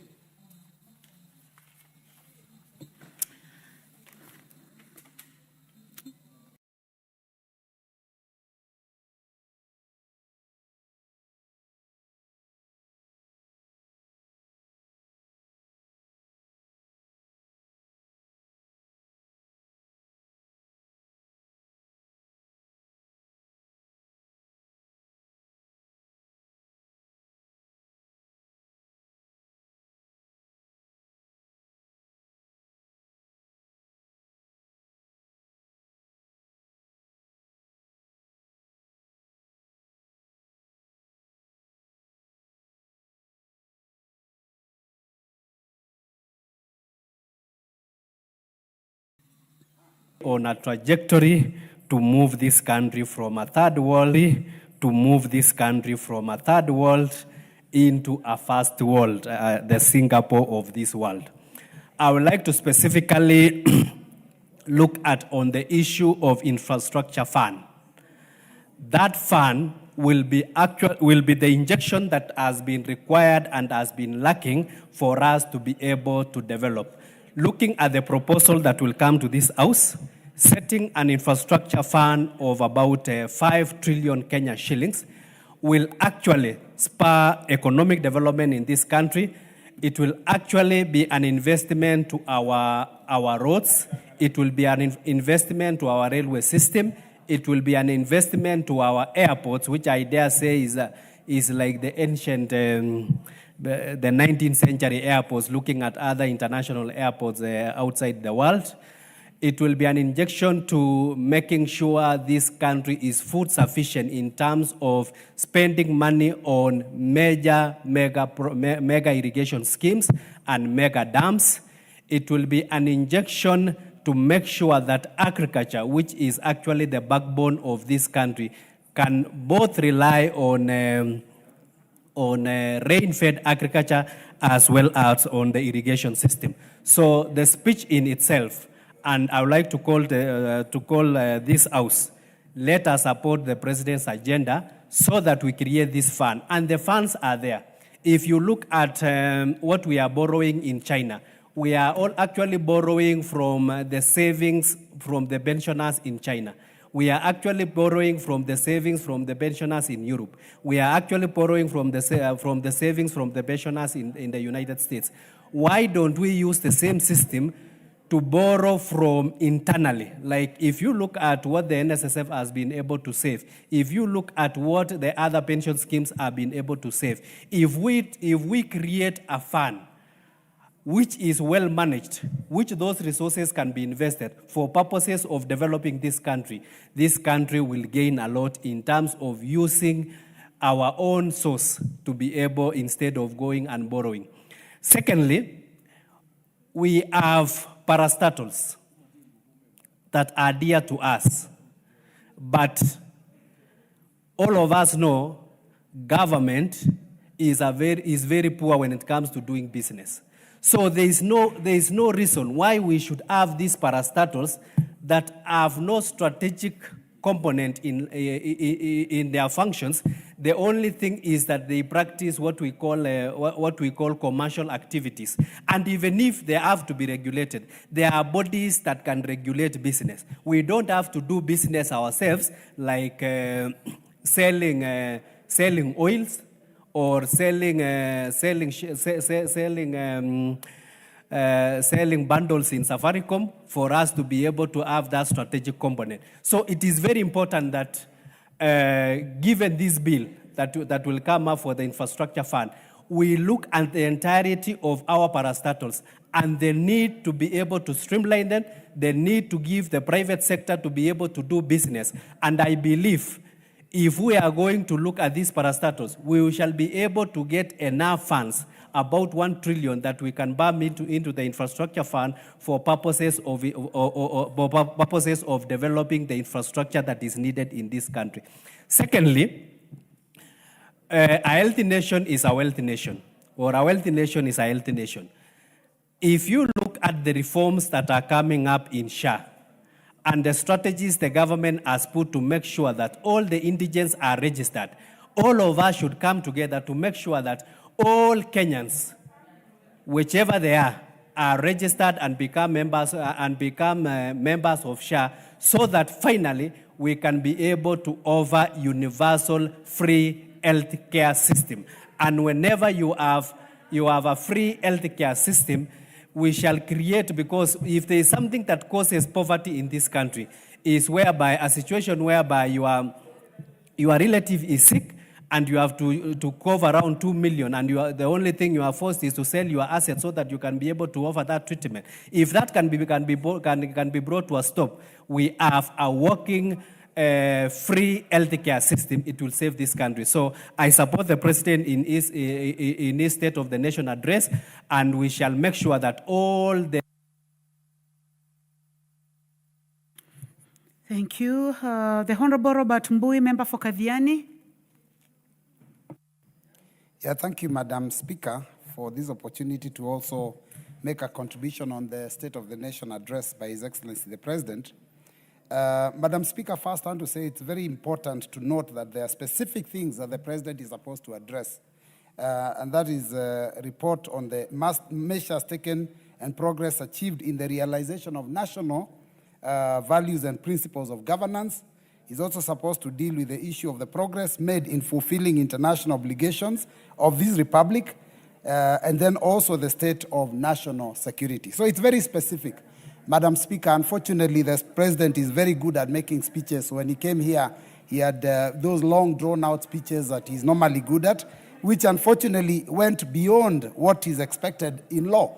And being an excellent marketer, then I saw that people were excited that what he was doing was maybe the right thing. But I want to say it is very specific. Our Constitution is very specific on the things that he's supposed to have been doing. Madam Speaker, it is important to note that the President did tell us that we are doing well. But then I want to say that you don't tell people that they are doing well. You cannot go and tell your neighbor you're doing well. The neighbor must be able to feel it. You know, parents are unable to put food on the table. Parents are unable to take their children to school and pay school fees. Unemployment is at an all-time high. I don't know how then you can tell us that we are doing better. And the reason we are unable to feed our families, Madam Speaker, is because we have less disposable income. Because in the 3 years that this regime has been in power, salaries of Kenyans have gone down 6 times. 6 times. So we have less disposable income. We are unable to feed our people. But then we are being told here that we are doing better. The country is doing better. We are much better off. It's very unfortunate. Now, the only thing I can say, I can give this regime is that they're very good at cash handouts. They've been going all over the place. I don't know, public empowerment. In campaigns, we are seeing them dishing out, handouts. But you cannot develop a country. You cannot move a country to the first world with cash handouts. Now, I want to go specific to the issues that are supposed to be addressed by the President. On the values and principles of good governance, that is Article 10. And I'll start with one, which is transparency and accountability. The President did cite Singapore. The reason Singapore has reached where it has is because of integrity. It's because of transparency. It's because of accountability. I don't know whether this regime is being run in those terms. Madam Speaker, I want to point out that Singapore is corruption-free. Is Kenya corruption-free? I will not even bother to answer that question. Every Kenyan knows. Now, you cannot begin to tell us we are going to be like Singapore when corruption is the order of the day. Madam Speaker, in terms of transparency, you know that the law is very clear about borrowing. The public debt must also be contained and controlled by this House. But this regime, Madam Speaker, has been borrowing and has been borrowing from under our noses. And members are aware, but they ignore. Because when you hear something called securitization, Madam Speaker, for all intents and purposes, the last time I had the majority leader challenge me, I want to challenge him to read the definition. And the word loan is actually used to define securitization because you're taking money in advance for road maintenance levy fund. The money that people will pay fuel 10 years from now is already being spent now. That is a loan. So I want to say that this is not transparent. We are borrowing beyond what we should borrow because we are hiding. Now, Madam Speaker, the second one is public participation. You know that's a value that this country must, as espoused in the values and principles. Public participation, whenever we are passing any law, we are supposed to go to the public. You remember when we were passing the finance bill, Kenyans said no to so many things. When an impeachment motion was brought here against the former deputy president, Kenyans said so much. But this regime ignored, and members of this House also ignored what people said. That is what is supposed to be respected. Human dignity, Madam Speaker, is one of the values. How can you say we have human dignity when you see what happened? New York Times did give a report that Kenyans are actually being traded as slaves out there. And it is benefiting a few individuals. And you're telling us we're going to first world? How do you go to first world when your citizens are slaves in other people's countries? Madam Speaker, the issue of human rights is also another value. How can we say we are respecting human rights? And the president didn't even talk about it. How many Kenyans were killed in 2023, 2024? How many young Kenyans were shot? The president himself gave orders, shoot on the leg. And you're saying we are respecting human rights? I'm talking about the values that are here, that are espoused in the Constitution of the Republic of Kenya. Madam Speaker, the issue of regional balance. The Honorable Yegon. The Honorable Yegon, member for Bomet East. Thank you, Madam Speaker, for also giving me this opportunity to contribute on the State of the Nation address by the President last week. Madam Speaker, thank you. I would also like to contribute and put into context the few points I have, which the President touched on. The issue of SHA, which have registered immensely around 27 million people. And this one, it has shot up 3 times from the 9,000, which the former NHIF had registered. And NHIF was not servicing our people the way this SHA is doing now. So this shows that what the President is doing is taking the country in the right direction. Employment of teachers, which has never happened before, where 76,000 have so far been employed, and another 24,000 is due to be employed next year, early next year. This will bring to a total of 100,000 the number of teachers employed by this regime. In a combination of maybe around 3 or 4 regimes, it has never happened this much. This is showing that the President has got a good plan for this country and also for the people of this great nation.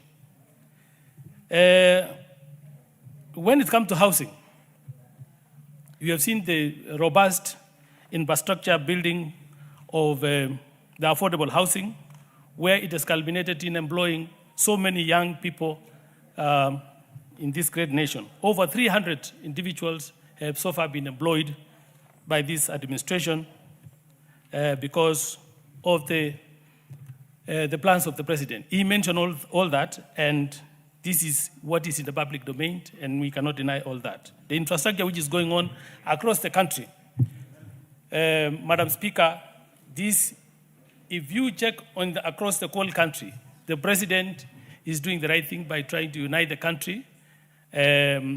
There is no place which is saying that I didn't get vote in this area. You go across the country, infrastructure is going on, new tarmac roads, the electricity is going on. Another thing is the issue of dams. He talked about the rain-fed agriculture, which has been going on for a long time.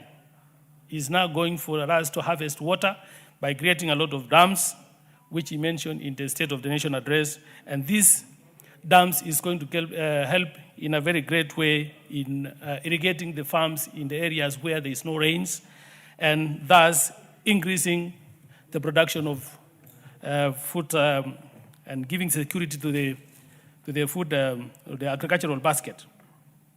We have seen also the issue of the Kenyan currency.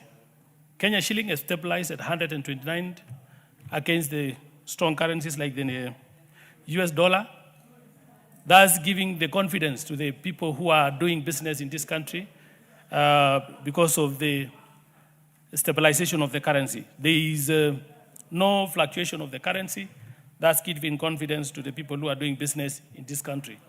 There is also the ESP markets, which he has decided to do across all the counties in this great nation. It is happening in every constituency, and this is going to go a long way in helping our business, young business ladies and gentlemen and everybody coming from our counties, which is going to protect them and give them security and protect them from the harsh weathers like the rains, when always they are doing on the sides of the road. I want to beg and say I support the presidential address last week, Madam Speaker. Thank you very much. Thank you. The Honorable Barto, Professor Barto, member for Moiben.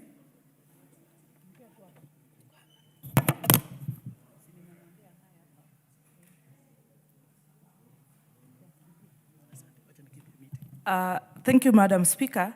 Let me also join my colleagues to make my contribution in the presidential speech.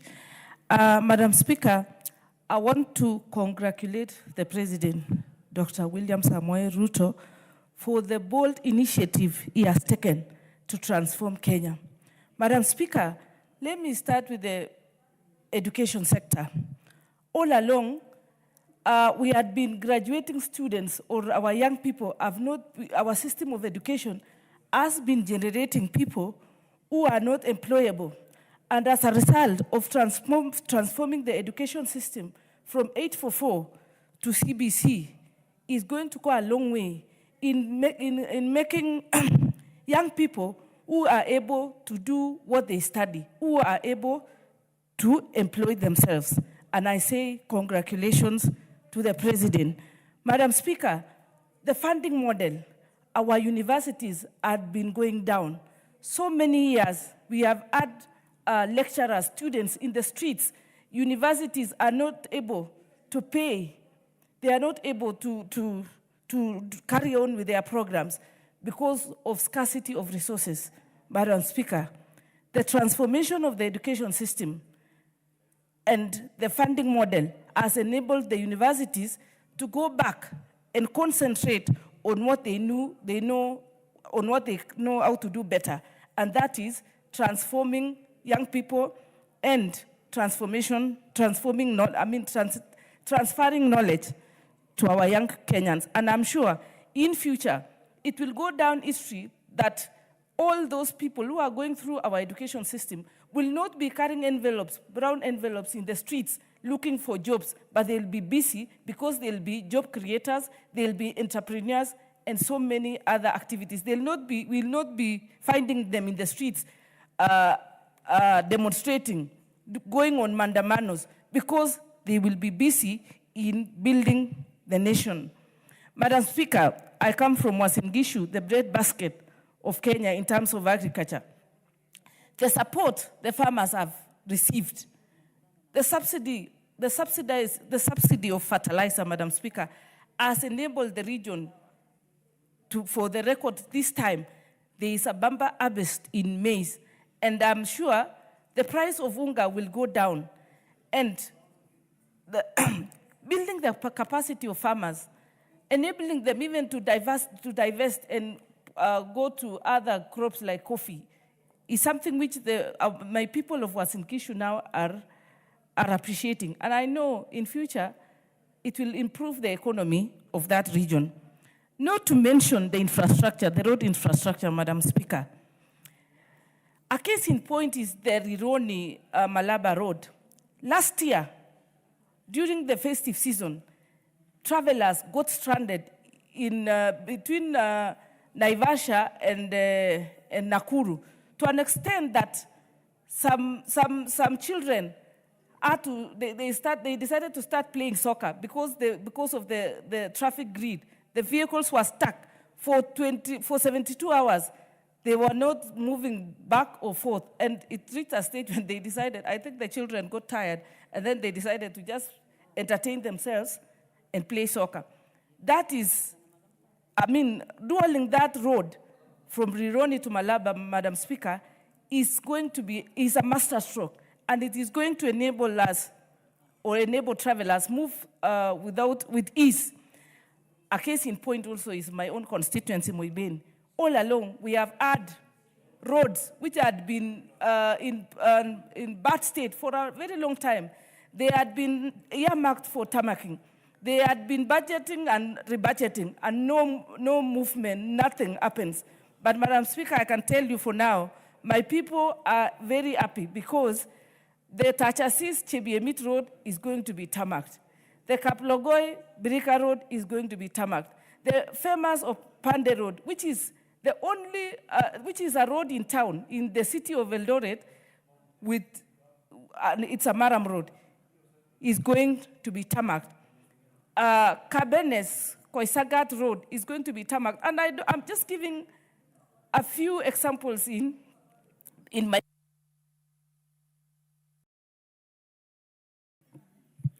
The Honorable Parashina Sakimba, member for Kajiado South.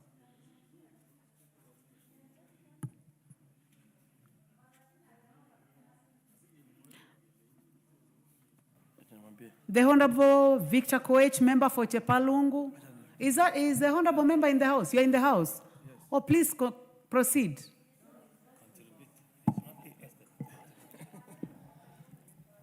Are you ready for the President's speech, or you are on a different matter? Give me 10 minutes.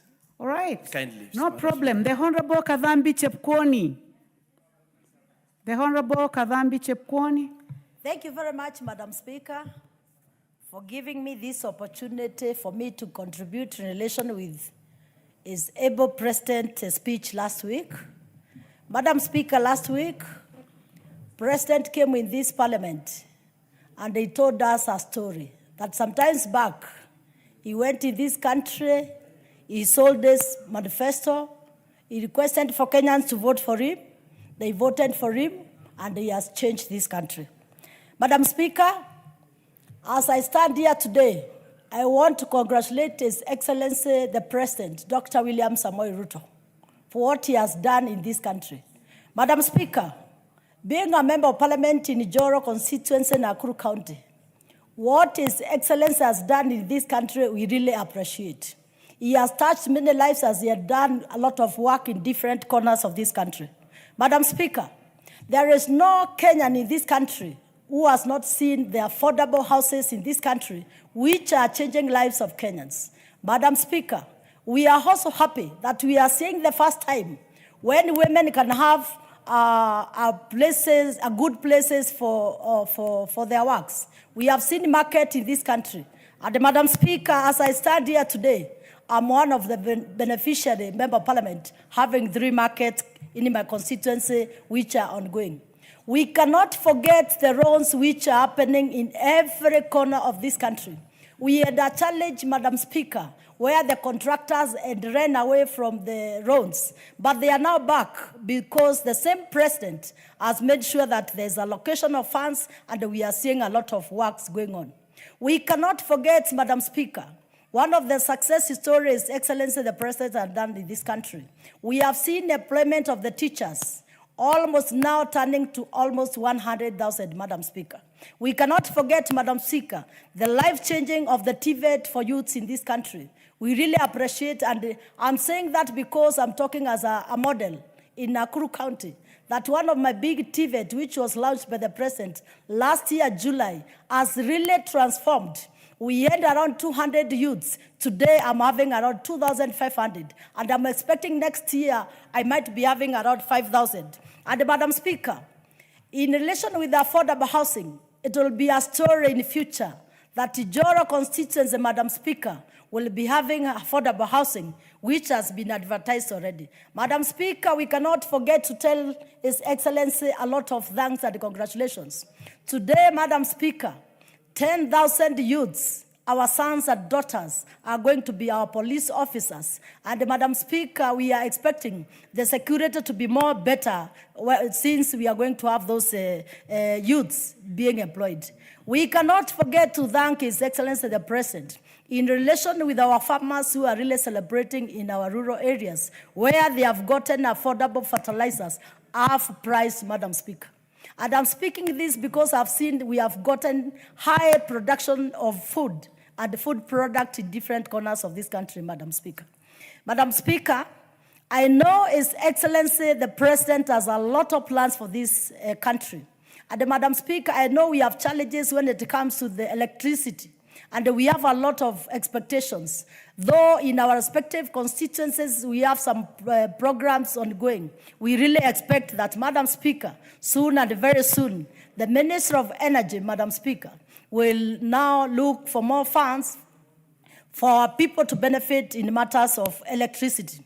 And in relation to that, Madam Speaker, we cannot also forget to appreciate our community health promoters who are doing great work in our different parts of this country. We really appreciate.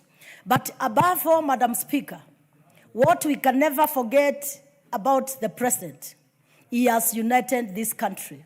He has brought every person to be part of the government.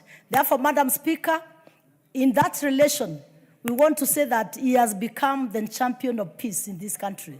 Therefore, we want to pray for the President. We want to appreciate what he has done.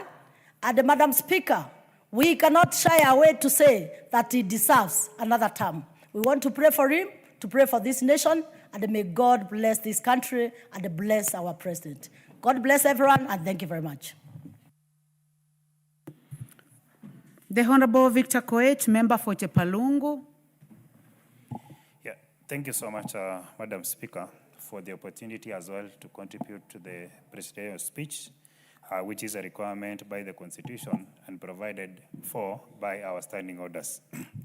Honorable Speaker, while the President was here to address the nation on the progress that we've made as a country, and equally to give us remedies going future on what we can do as a country so that we can make progress, he highlighted 4 priorities.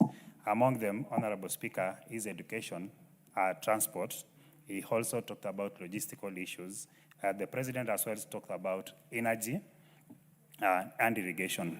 Honorable Speaker, His Excellency the President of the Republic of Kenya, to achieve this, he clearly stated that he wasn't able to do this in his first year, in his second year, because first he had to do the first things, which is to recover our economy, which, Honorable Speaker, all Kenyans, including ourselves, are able to see that the economy of our country has improved.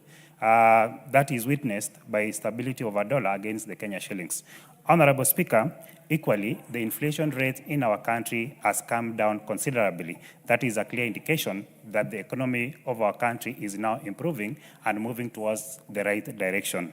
Honorable Speaker, going into energy, and on October around 25th thereabout, the Ministry of Energy, through the Kenya Power and KenGen, announced a new peak demand for our power, which is a clear indication that we are doing poorly and we should generate more. I am happy that this House recently, like 2 weeks ago, we passed a recommendation by the Committee of Energy to remove the moratorium that was actually not doing good, and Kenya Power was not able to enter into any new IPP. Neither EPRA was able to issue any license for generation. Honorable Speaker, if we want to invite investors and anyone who want to participate in industry or industrial works, if we want to invite investors and to attract investors to our country, then we should have cheap and very reliable energy. The way to go, Honorable Speaker, is to attract more IPPs and to issue more licenses so that generation can pick up. Honorable Speaker, on the issues that the President touched on this House,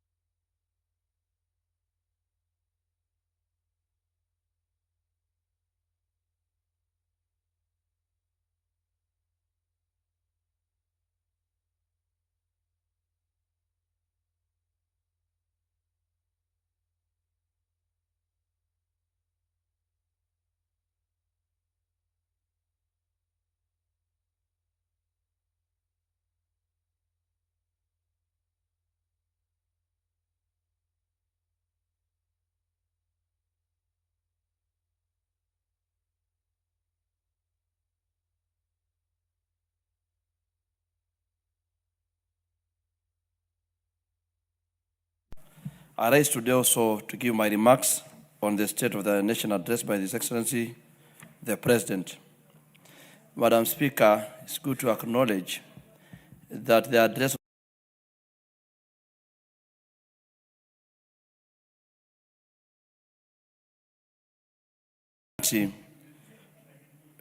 is the economy of our nation was undergoing pressure and citizens are demanding relief.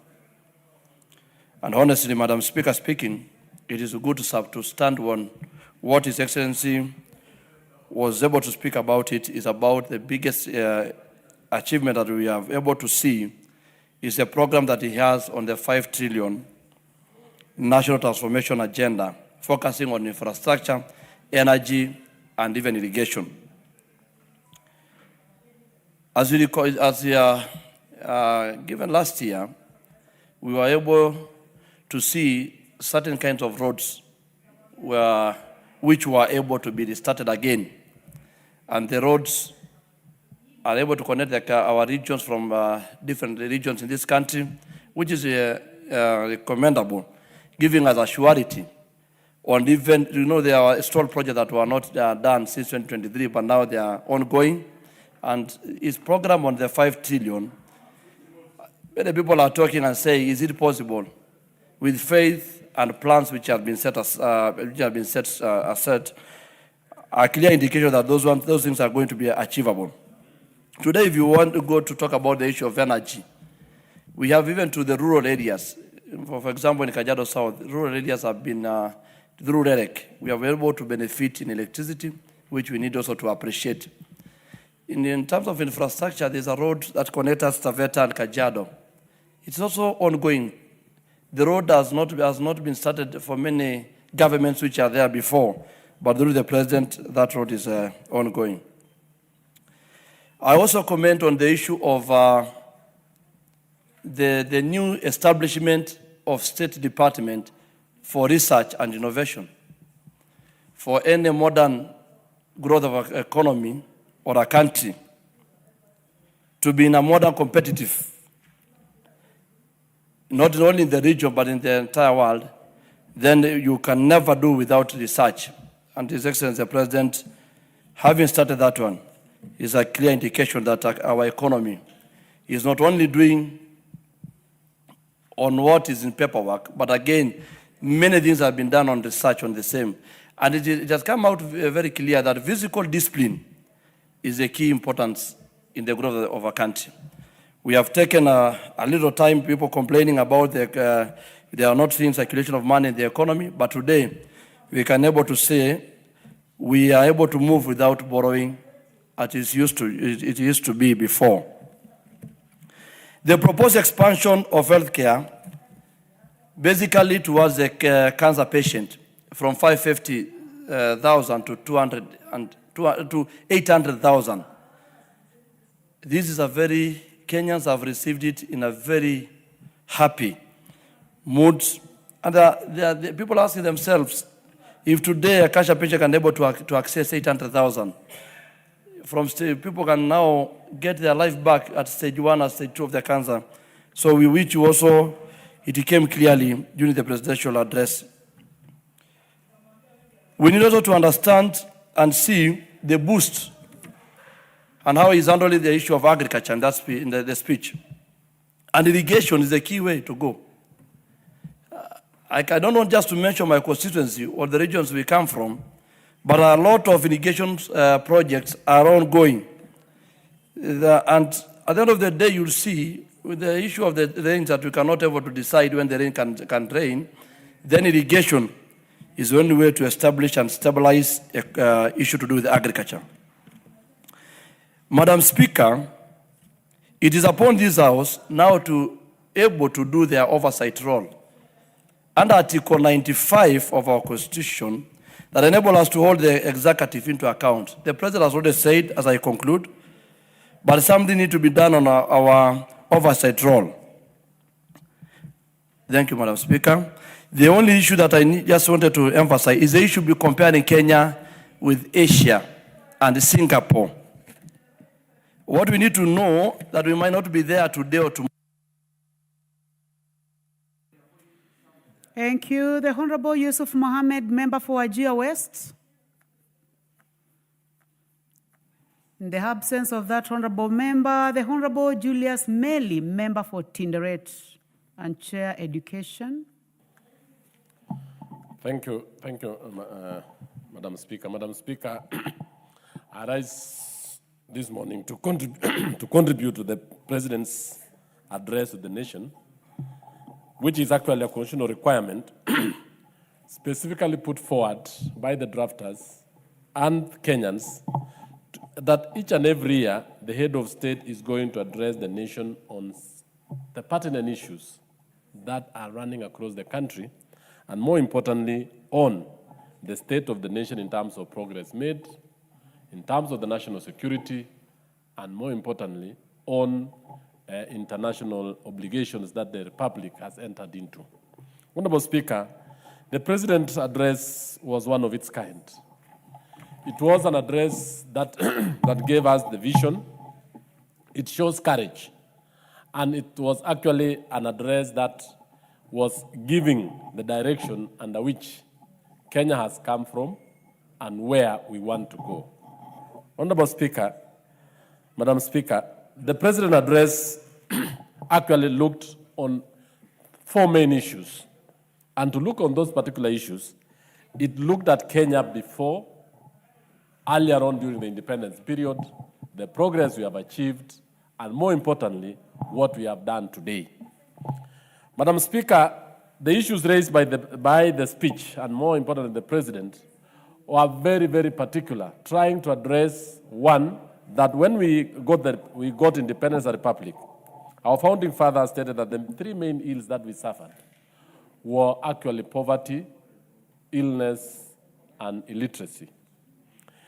To look at it in brief, because those are the main issues that are still afflicting us up to today.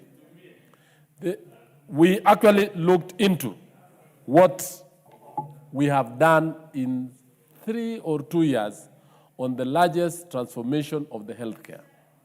A healthy nation, Madam Speaker, you know very well, is a nation that is going to prosper. When the people are healthy, when the people are actually accessing medical services, which are actually enabling them, their children, their families, and all of us, it will actually mean a working nation. A nation that has poor medical services, and I want to say this because earlier on, we've been having the National Health Insurance Fund, which has been having about 6 million Kenyans. Today, through SHA, over 26 million Kenyans can access medical care and even medical services through the 3 levels of the Social Health Insurance Fund, the critical medical insurance, and more importantly, the other aspect of ICT.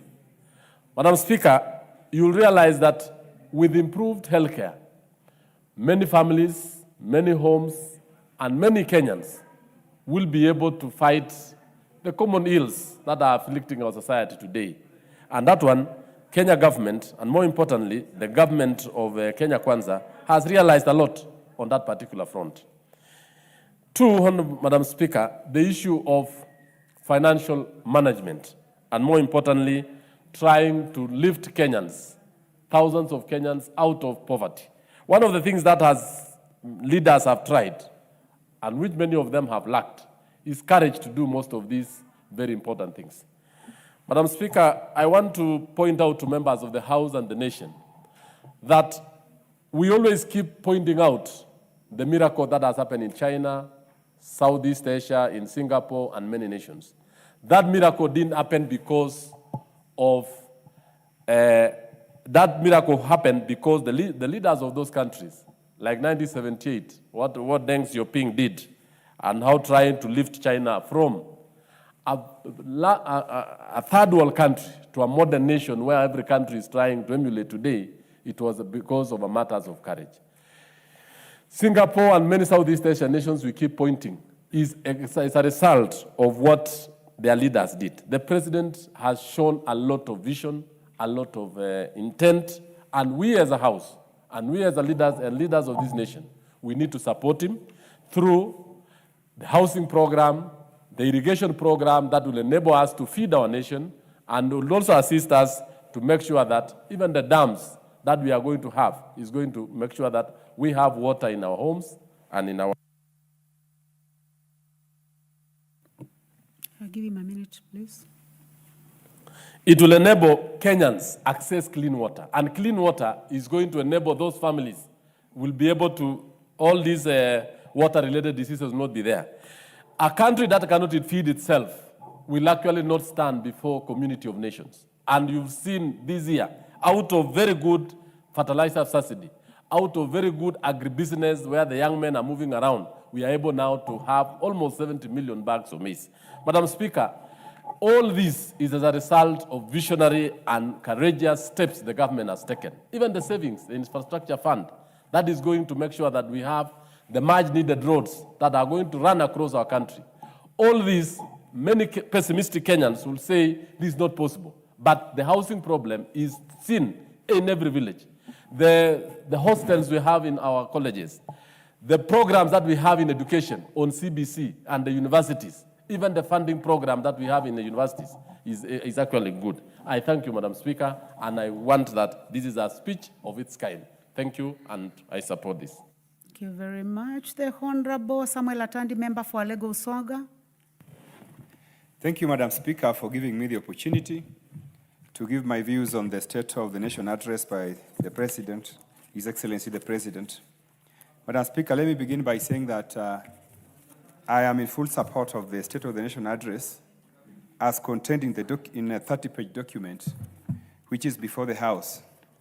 Madam Speaker, from page 1 to page 30, the President has outlined some of the most important successes of this regime, which range from the success in the agricultural performance of the economy, the investments in the health sector, which is giving us results, the investments in the energy sector, the investments in the housing and infrastructure.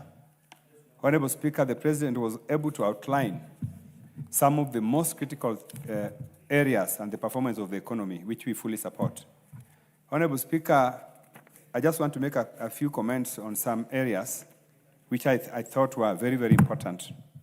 Honorable Speaker, a country cannot survive without sufficient investment in food security.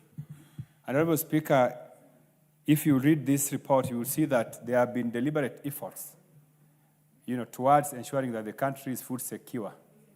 And Honorable Speaker, the investments in the fertilizer subsidy is one of the most unique strategies that were implemented by this regime, away from what was there before, which was basically food subsidies. The previous regime spent more resources in food subsidies, but this regime decided to invest in production. And this has really given us results. Honorable Speaker, we cannot create jobs and expand the economy in the area of industrialization if we do not invest in the energy sector. Therefore, to this end, the President gave us a very clear roadmap towards ensuring that the country has sufficient energy, which in turn would be able to help us industrialize quickly. Honorable Speaker, I just wanted to mention something on public debt. And Honorable Speaker, some people are saying that the new strategies which the government has employed, which includes finding new ways of raising capital for our investments, such as securitization. Some people are saying, Honorable Speaker, that these are illegal undertakings. Honorable Speaker, I wanted to correct those people by saying, for example, Honorable Speaker, that something like securitization of fuel levy, which is the one that is being questioned more. This is a program, Honorable Speaker, where private investors are themselves coming in to give the government resources in an arrangement where fuel levy, a portion of fuel levy will be used to reward, to fund them later. This is something which you cannot do if there are no sufficient legal safeguards. Because a private investor is, first of all, keen that the resources they're putting in a program, they will be able to recover those resources. So for some members of parliament to articulate that this is an illegal program, I think this is really defeatist. And I think it shows how narrow-minded some of our colleagues are, especially when they are approaching, questioning some of these programs in a manner suggests that they are actually, thinking tribally. They are thinking tribally. They are not thinking about the impact of some of these programs to the people of Kenya. Honorable Speaker, there are so many contractors who were stalled. They were stalled for years. They went to court. They were even, they went to court and court awarded them some serious claims. Now, if you look at these serious claims vis-a-vis this program and the interest that we are going to pay for the resources we are getting now, it is not comparable, Honorable Speaker. So, Honorable Speaker, I want to stand here and say that there is no illegal borrowing program that the government is engaging in. These programs are not, these are resources that are coming from people, investors, private people, who have looked at the legal regime around them, and that's why they have developed confidence to be able to put their resources into these programs. Honorable Speaker, Kenya is one of the largest economies in Africa. We are actually number 6, after South Africa, Nigeria, Egypt, Morocco, Algeria. Honorable Speaker, I know we have our neighbors like Kenya, like Tanzania and Uganda. But let me point out, Honorable Speaker, that these are not our peers. Our peers are elsewhere. So when you are looking at making comparisons about the performance of Kenya's economy and our sisters in the region, you cannot do that. Because, for example, Let him have 1 minute, please. Yeah, Make it 1 minute, please. Thank you, Honorable Speaker. Honorable Speaker, for example, the size of Kenya's economy. Our GDP is 4 times that of Tanzania and 5 times that of Uganda. So when you are, looking at the growth of our economy vis-a-vis these ones in the region, please make comparisons to South Africa, to Nigeria, to Egypt.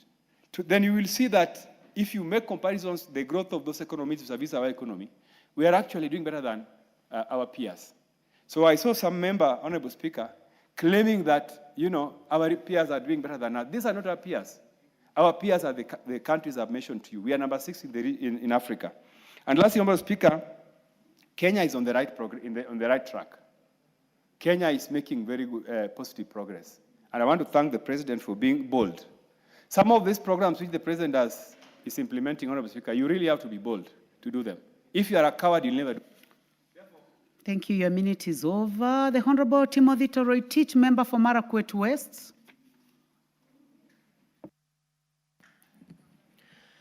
Thank you, Honorable Speaker, for giving an opportunity to contribute on the President's State of the Nation address.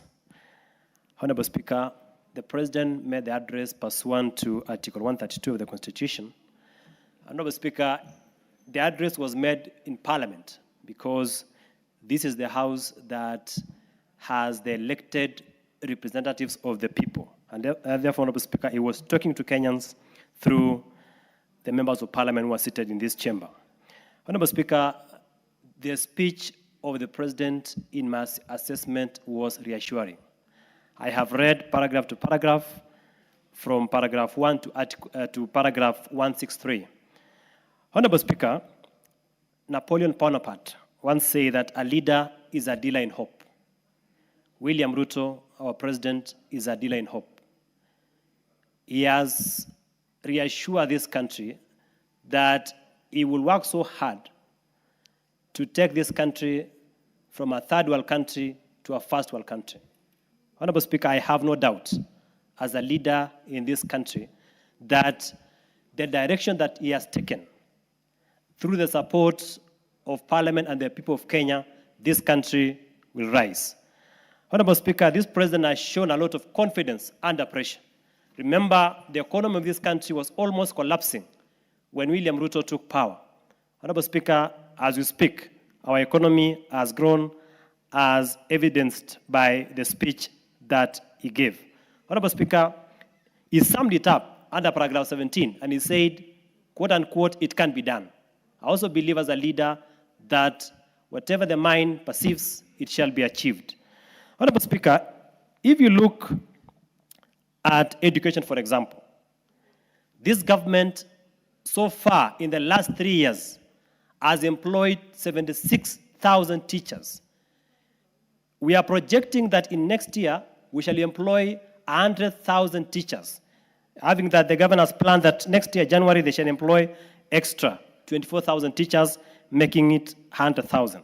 Honorable Speaker, insofar as matters to do with education, I am happy that the President recognized the contribution of CDF, the Constituency Development Fund, insofar as infrastructure is concerned. Honorable Speaker, in the speech, he clearly captured that 23,000 classrooms have been built and 1,600 laboratories have been built under CDF. And that is why, Honorable Speaker, by the mere fact that the President recognized CDF means he has the good intentions, and we believe that the courts will give a favorable ruling insofar as the matter that is in court is concerned. Honorable Speaker, in matters of TVET, under the speech, the President noted that in 2022, we had 341,000 enrollment of TVET learners in our institutions.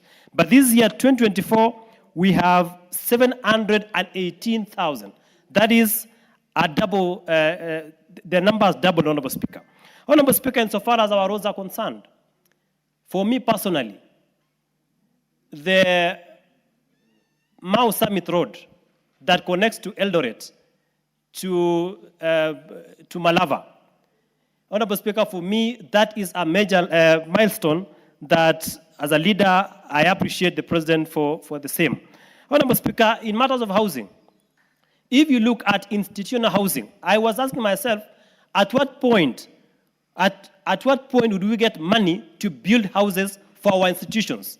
Honorable Speaker, this government has tried, and so far we have several houses that are being built in our institutions. Honorable Speaker, the SHA factor. SHA, as we speak, 27 million Kenyans have registered under SHA and therefore are getting those medical benefits. Honorable Speaker, the only two issues that were left out. We have 20,000 teacher interns who need to be confirmed. I believe that those teachers will be confirmed. Final, Honorable Speaker, as a House, the government has done a lot. Our role as oversight as a House must be enhanced. There are so many projects, housing, ESP markets, that have not taken off. Some have collapsed. Honorable Speaker, as a House, we must be able to oversight. And I've always said that the best way to assist the government.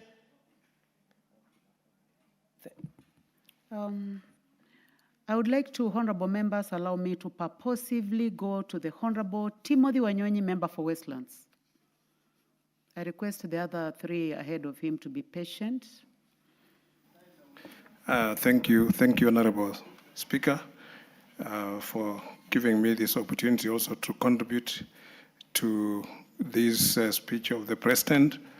Madam Speaker, Honorable William Ruto, the President of Kenya, is a man on a mission. Madam Speaker, I say that because President William Ruto recognized that in Nairobi, because many times people may think Nairobi is self-sufficient and can do everything without support from the national government. But he took the initiative, Madam Speaker, to come and check the situation in Nairobi, especially in schools. And he took a tour of Nairobi with us, members of parliament from Nairobi. And after that, Madam Speaker, he committed to help expand the education sector in Nairobi. And through the NGCDF and then his own personal initiative, Madam Speaker, he committed and gave more than 2.2 billion shillings, Madam Speaker, for the construction of classrooms and improvement of infrastructure in schools. He even offered to pay school fees for over 200 students in a school, in one of the schools within Nairobi, Madam Speaker. And I can confirm that, Madam Speaker, the things that the President committed when we went on the tour, and he said within 3 months, within 3 or 4 months, they'll be up, Madam Speaker, the infrastructure that he committed even with his own personal initiative, Madam Speaker, are almost done. And I know that many other things that the President has undertaken, Madam Speaker, especially in the infrastructure. He has promised to build a dual carriage from Lironi to all the way to Malaba, and I know it will be done, and many other things, and especially overhauling the health sector, Madam Speaker. It's a risk that many leaders, I think, will fear to undertake, but he did it. He has done it, and I'm very sure that Kenyans, those who have been attacking him, they should wait for the results. You know, when you're undertaking something new, you don't get the results immediately. And I know within time, these results will come out and people will see that he meant well for this country. He has done in the education sector, he has done in the health sector, he has done it in agriculture, and we can see now the farmers are reaping the initiative that the President made, Madam Speaker. And this is not just about talking. He's actually one of the leaders that is hands-on. He does things, and if you ask President Ruto anything, he will provide you with an answer. Not because he will ask somebody, but he will provide you with an answer because he knows what is going on in the government, Madam Speaker. We know very well that we have been around for 60 years, and if our earlier leaders took the kind of steps that the president has taken, Madam Speaker, I'm sure this country will be a developed country. And I believe him when he says he's going to move Kenya from a third world country to a first world country, because the initiatives he has put in place and his determination, Madam Speaker, he will change this country and put it where he has committed to take it. And I'm very sure, Madam Speaker, Kenyans will appreciate that. Let us give the president support. Let us remain with him. And also the people, especially sitting in the government, the cabinet secretaries and others, senior officials, they should highlight the achievement that the government has achieved so far. Because some of these things, that's why some people are accusing the president of lying or doing this, because they don't know what is going on. The information should be out there in the public domain so that people know what has been done by the government since the president took over power from President Uhuru. Madam Speaker, I know and I believe that this country is going to be a first world country, maybe not within the time of President Ruto. Thank you. The Honorable Abdul Haro, member for Mandera South. Thank you, Honorable Speaker, for this opportunity. Honorable Speaker, my contribution on the State of the Nation address by the President. The President promised to tell us a story, and indeed, he told us a compelling story of the progress this country has done in the last 3 years, a compelling story of where we stand now as the nation, and a compelling story giving us a snippet of what the future roadmap looks like. Perhaps the drafters of the Constitution were a bit economical when they were giving the President that speech, because they gave very scanty story from the hot, dusty, and fragile northern Kenya. Perhaps they should have given more stories from that part of the world, because the President has really done a lot in northern Kenya, like he has done for the rest of the country. For example, there is a road, the Great Northern Highway Road from Isiolo, that passes through Modogashe, Wajir, Elwak, and Mandera, which has formed a ringtone in TikTok and other social media platforms. That road is actually a 750-kilometer road, which is funded by World Bank and $750 million US, which is currently the largest road infrastructure project funded by World Bank in the sub-Saharan Africa. I thought that road should have, the story on that road should have featured very well in the State of the Nation address. Honorable Speaker, the President reassured the country about the question around food security, how the food security has been enhanced, the question around farmer income, because this is an agricultural country, and also about how the Kenya exports from agriculture has been enhanced. The President actually mentioned about the progress we have done in the tea industry, the coffee industry, the edible oils industry. He mentioned about the cotton production, coconut production. And for the first time, or rather, apart from last State of the Nation address, in this address, the President featured the question of livestock, which is actually a backbone of for the people from northern Kenya, which actually forms 85% of this country. The President told us actually the livestock value chain, where leather exports have increased by 56%, now standing at 2.5 billion per year. Leather shoe production locally has risen to about 11 million pair of shoes produced every year. The President has talked about our beef production and value now standing at 12.9 billion. And of course, the dairy has doubled. The dairy production has doubled because of various interventions by government, and now stands at 9.4 billion. Honorable Speaker, the other thing the President mentioned in terms of agriculture and the future is the question of food production agenda through expanded modern agriculture through irrigation. And the President mentioned very clearly that we will not allow the clouds to determine whether our people eat or do not eat. And with that, I think he mentioned that the government is planning to do 5 mega dams for irrigation, particularly in Asals. And one of the dams I'm happy to mention is in my county, which is the Malkamari Dam. And then the other dams, like for example, the Basilinga Dam in Isiolo was also mentioned, and the Sigli Dam in Garissa, the other dam in Machakos was mentioned, Yatta, that is Yatta Dam. The other dam in Narok was mentioned, and the other dam in Elgeyo Marakwet was also mentioned. I think if those dams are done, the food production question would be a big thing. Because I can see the light is on, Honorable Speaker, the other thing that I thought the President should have mentioned, which as the country is doing very well, but it's not mentioned, is the question of insecurity, particularly in northern Kenya and our borders. We have a lot of peace now. We have very little ethnic conflicts going on, and our borders are safer today. And I thought the President should have mentioned that to the country so that we all know the progress that have been made and the achievement that has been made in that area. Thank you, Honorable Speaker. Thank you. The Honorable Rahim Dawood, member for North Imenti. Thank you, Madam Speaker. Madam Speaker, first I wish to congratulate His Excellency the President, William Ruto. What he said last week was very, very up to speed. Madam Speaker, and I even appreciate Honorable Mbui, today he has admitted that the President is an excellent leader.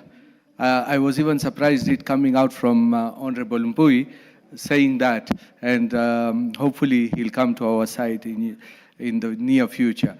Madam Speaker, as a country under President Ruto, our forex reserves are at an all-time high of 12 billion US dollars. Madam Speaker, we are only supposed to have a maximum of 4 months cover, but we have exceeded the 4 months cover, and it has never been as high as it is now. Madam Speaker, Standard & Poor's is a rating agency which, when we borrow money, have classified Kenya, have moved Kenya from B- to B. Madam Speaker, that is because we have not defaulted on any funds we have borrowed.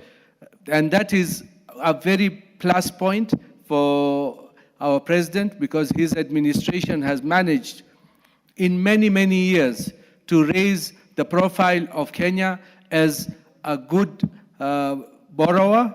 And when the infrastructure fund, the funding which was there before the Eurobonds, and we should note that it is not the government of William Ruto which borrowed all those funds, the Eurobond funds and all that. It was the previous administration. It is just a case that we are now paying over 1 trillion shillings in borrowing costs with interest and paying the principal. So we are laden with a lot of debts from the previous administration. And when one of our colleagues said we are borrowing, we have borrowed so much money, but how do you expect to pay what was borrowed earlier if we do not borrow and pay our debts? Madam Speaker, the presidents in this regime, we have got fertilizer, the subsidized fertilizer.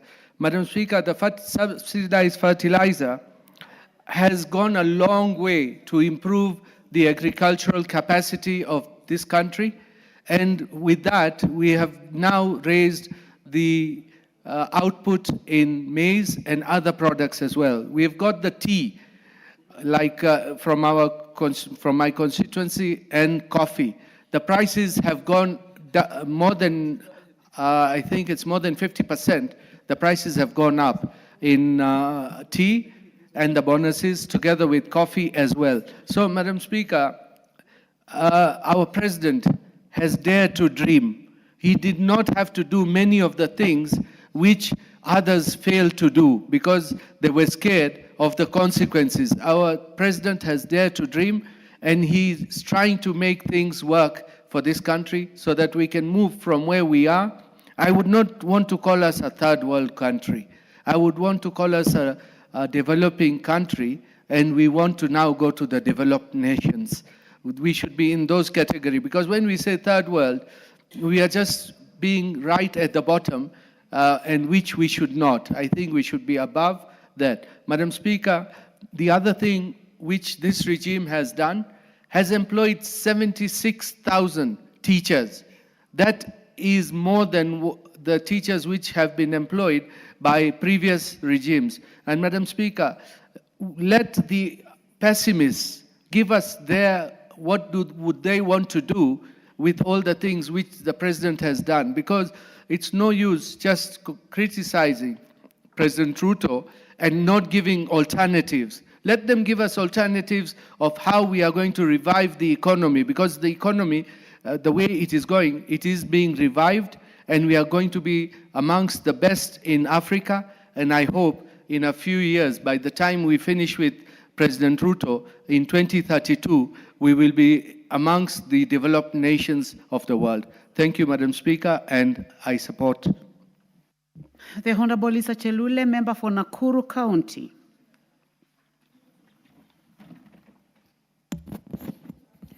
Asante sana our speaker kwa kunipatia nafasi pia nichangie taarifa ya president wetu ambaye tuletea taarifa yake wiki iliyopita, na ni taarifa ambaye ilifurahisha wananchi wote wa Kenya kulingana na kazi ambaye amefanya kwa wakati fupi sana.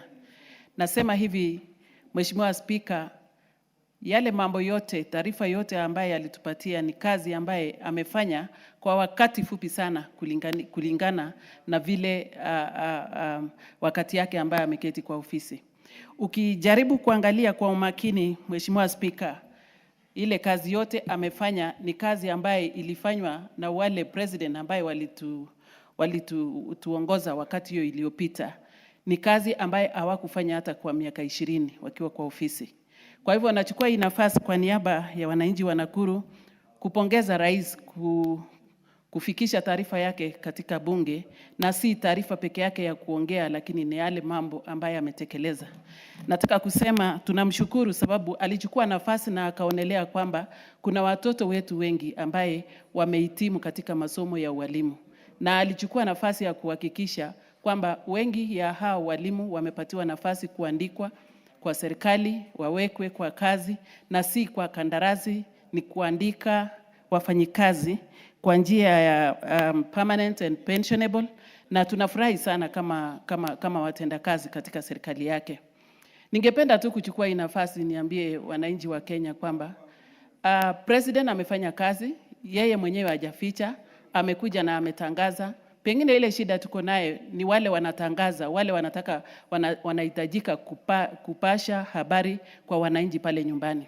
Mimi nikiwa moja ya wakulima, tunafurahi sana wakati aliposukisha bei ya fertilizer kutoka 7,500 kwenda 2,500. Ilitusaidia sana kama wakulima, ilisaidia wakulima wetu wote, na kwa saa hii Mheshimiwa Speaker, hakuna mtu ambaye anasema hakuna shida ya njaa katika nchi yetu ya Kenya. Pengine ni yule tu hajapenda kupanda, hajapenda kwenda kwa shamba. Kwa hivyo napongeza rais sababu hiyo ilikuwa njia moja ya kumaliza mambo ya njaa katika nchi yetu ya Kenya. Sababu watu wakiwa na njaa hata wana amani. Kwa hivyo siku hii tunapoongea kuhusu taarifa yake, ninajua kila mtu wako na amani sababu wako na chakula ya kutosha. Nataka kusema mambo ya amani katika nchi yetu ya Kenya. Kama kuna president ama kama kuna kiongozi ya nchi ambaye ameunganisha Kenya mzima kwa wakati yake ya uongozi, wakati alipokuwa naibu wa rais, aliunganisha nchi yetu ya Kenya. Wakati huu akiwa rais wetu, tunashukuru Mungu sababu alimpatia nafasi, ameunganisha nchi yote. Hajawahi fika wakati anasema sehemu hii atinisi kupata kura, sehemu ile nilipata, lakini ameunganisha Kenya. Kwa hivyo mimi nikiwa mpenda amani katika nchi yetu Kenya, nataka kuchukua hii nafasi niseme heko rais yetu. Wewe umetuunganisha, wewe umeleta amani, wewe umekuwa uso ya nchi yetu ya Kenya. Mheshimiwa Speaker, nataka kuongea juu ya vile amekuwa na hacha sana kuhakikisha tumepanda miti ambaye tulikuwa tumepoteza uso yetu ya mambo ya miti, na amepanga kwamba katika wakati yake ya uongozi atahakikisha amepanda miti milioni 30 ama milioni 30. na kwa wakati huo amesema atafanya hiyo kazi katika wakati fulani. Ako na mpango ya kuboresha nchi yetu ya Kenya, akisema kweli anataka kuhakikisha kwamba badala ya kununua vitu kutoka nje, sisi tutakuwa tukiuza vitu zetu, bidhaa zetu, kama ni products ama kama ni mambo ya chakula, hatuwezi tena kutegemea yale chakula ambayo inatoka nje. Akisema hivyo kama kiongozi yetu, ningependa kuomba wananchi wa Kenya tusimame na yeye kwa maombi, tusimame na yeye kwa kazi. Wale watu ambaye wanategemea mambo ya ukulima waende kwa shamba. Nataka kusema wameboresha sekta zote katika agriculture. Ameboresha mambo ya maziwa, ameboresha wakulima wa chai na ya kahawa. Bei imeboreshwa. Hiyo ndio inafurahisha mkulima. Na ninapoongea juu ya mkulima, naongea wale watu ambaye wako wengi katika nchi yetu ya Kenya. Ni wachache sana wale watu wako kwa ofisi. Wacha niongee tu juu ya wakulima, sababu wakulima ni wengi sana katika idadi yetu ya nchi yetu ya Kenya. Kwa hivyo nataka... Asante. Mheshimiwa Catherine Omanyo, ulizungumzia swala hili jana, kwa hivyo hutaweza kuzungumza tena. Nitaenda moja kwa moja kwa mbunge wa Lafey ambaye ni Mheshimiwa Mohamed.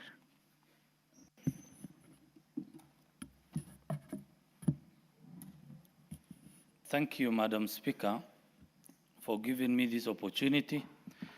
I rise to contribute the State of the Nation address by His Excellency the President.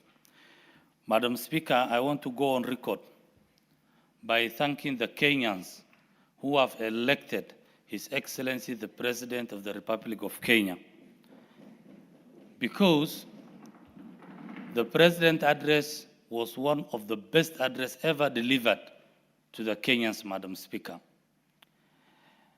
Madam Speaker, the President went ahead and unite Kenyans and give us a broad-based government, a government that is really delivering to Kenyans. Madam Speaker, His Excellency took a bold decision. If you see the issue of housing, today, if you go through all the constituencies in this country, Madam Speaker, you will find a housing project going on. This housing issue is not only giving a decent house to Kenyans, but it is also a job creation to Kenyans. If you don't find a housing, you will find a modern market or ESP market, electricity, roads, and all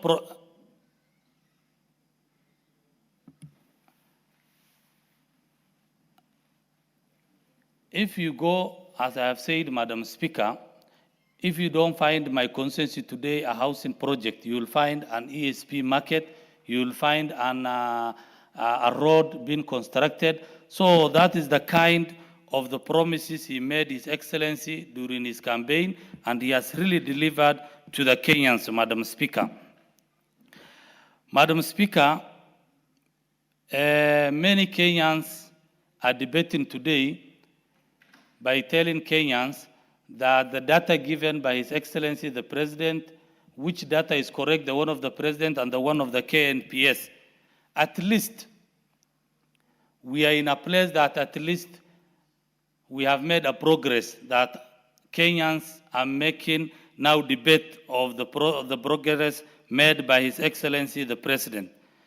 Madam Speaker, I come from a region that has been a region that for so long has been denied the issue of ID. We have been discriminated.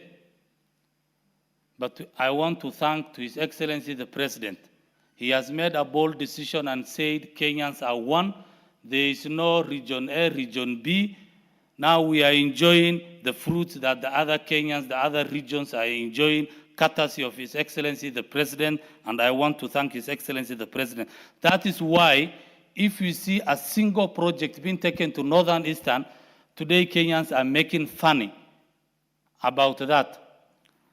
If you remember, Madam Speaker, on February when His Excellency the President visited that region, the northeastern region, he has announced to the Kenyans and the region and the northeastern region that starting from Siolo to Mandera, he will make sure before his term ends, he will tarmac that road. Immediately the Kenyans took fun because they never believed that this will happen. If you see the issue of teachers' employment, the region that I come from, Madam Speaker, before was a region that has been, other Kenyans were being employed there. They create an insecurity issues. They will be recalled, the teachers, so we have been suffering. So we thank to His Excellency the President today, this decision that he has taken of teachers' employment, we are benefiting it. The issue of securitization, despite Kenyans despite the Kenyans criticizing this issue of securitization, Madam Speaker, but it is really working because the contractors are now back to the roads because of that securitization. Madam Speaker, with the issue of SHA, the members of... Thank you. The Honorable Mary Emase, member for Teso South. Thank you, Madam Speaker, for the opportunity to contribute to this motion. From the onset, I also join my colleagues in thanking the President for a great speech on the address of the status of the nation. Madam Speaker, I was watching the address, the President addressing the nation in Washington, in New York, and I was like, wow, what a great speech. That is my President. Honorable Speaker, when I want to tell Kenyans is that when the President says he wants to put Kenya to its rightful place on the map of the world on matters development, he doesn't only mean it, but he's walking the talk, as I will demonstrate shortly. Honorable Speaker, I have listened to some of my colleagues, the doubting Thomases, trying to actually demean and downplay the speech of the President on the national address. And I want to say, it probably is for reasons known to themselves, probably it's because of where they are coming from. But for some of us who are coming from regions which have never seen development, and have seen development today, we have tarmac roads being done in Teso South, in Busia County. We are seeing huge water projects. We are seeing institutions. Teso South did not have a single college or university or institution of learning. Today, we are proud that we are also part of Kenya. I want to say, Hongera Rais. Honorable Speaker, from my little knowledge in finance and economics, I know that for you to grow a nation, you must look at human capital. I'm talking about education and skills of your people. You must look at physical capital. That is the infrastructure, which includes the roads and technology. You must leverage on your natural resources. You must have a stable political environment. And we see the President being a symbol of unity, preaching for unity, trying to unite the whole country, and in his speech saying every part of this country must get development. Honorable Speaker, you must support and boost entrepreneurs. We're seeing it being done, and the President articulated it in his speech, supporting entrepreneurs through the Nyota program, the Hustler Fund, and so many other interventions. And Madam Speaker, you must support trade, provide policy, legislation that encourages investors to come to the country and for trade to thrive. And I want to demonstrate how the President is working that, Honorable Madam Speaker. And allow me look at this from the perspective of the 5 key pillars of the Kenya Kwanza Manifesto. Honorable Speaker, when you look at human capital and people investment, because you can't take the country, I want to show Kenyans how the President is not just talking, but he wants to take Kenya to where he's saying through action, through effort, which is demonstrated, which is factored in the budgets and all other interventions. When we say education, there is a lot going on, massive investments in education, in science, research, and innovation. I do not want to go into the details. My colleagues have spoken of the number of teachers employed and what have you. We're talking about the creation of the State Department for Science, Research and Innovation to scale up STEM education. That is action. We're talking about the ambition to raise funding for research from 0.8% to 2% of GDP, and also mobilizing public and private resources towards that cause. You cannot develop and grow without investing in research and development, so that your budget is anchored on evidence and data. Honorable Speaker, I beg for a few minutes because I need to explain 1, 2, 3. Honorable Speaker, on the same, he is also, like I've mentioned, supporting a lot on entrepreneurship. 2, on agro-industrialization, food security. It has been mentioned. Please conclude so that Honorable you give others Speaker, a chance. Yes, there is also a lot being done on MSME economy. It has been mentioned here, supporting all that in that space. Honorable Speaker, I cannot talk about housing. We see mushrooming of many success stories that Kenyans can speak today and see how SHA is actually transforming the health sector. Honorable Speaker, we can speak energy. You can't grow the economy with... Very well, Member for Teso South. The Honorable Mpuri Aburi, Member for Tigania East. Asante, Madam Speaker. Yangu ni kusangia hotuba ya rais ya wiki iliyopita. Ilikuwa ni nzuri zaidi, Madam Speaker, kwa sababu tangu 1960s hatujawahi kuona rais ambaye amesimama na watu. Mimi kivyangu Tigania East tulimpigia Raila Amolo Odinga kura, tukiwa Simio.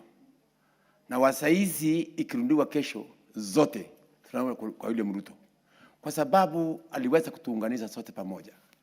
Hakuangalia mahali ambaye hakupigwa kura na mahali alipigia kura. Ukiangalia for example, angalia Nyanza hakumpigia.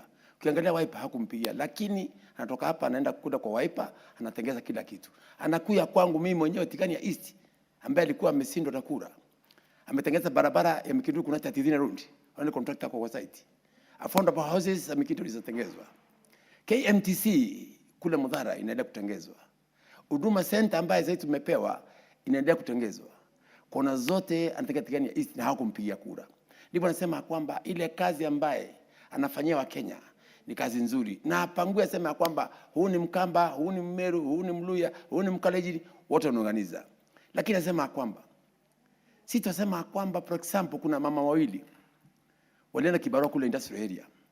Na mama wawili walienda kibarua pale industrial area, mmoja alikuwa na watoto 10. Yule alikuwa na watoto 10 na mwingine ana mtoto. Jioni kafika yule mwindi akamweleza kwamba eti ya kwamba nyinyi leo hampati mzahara.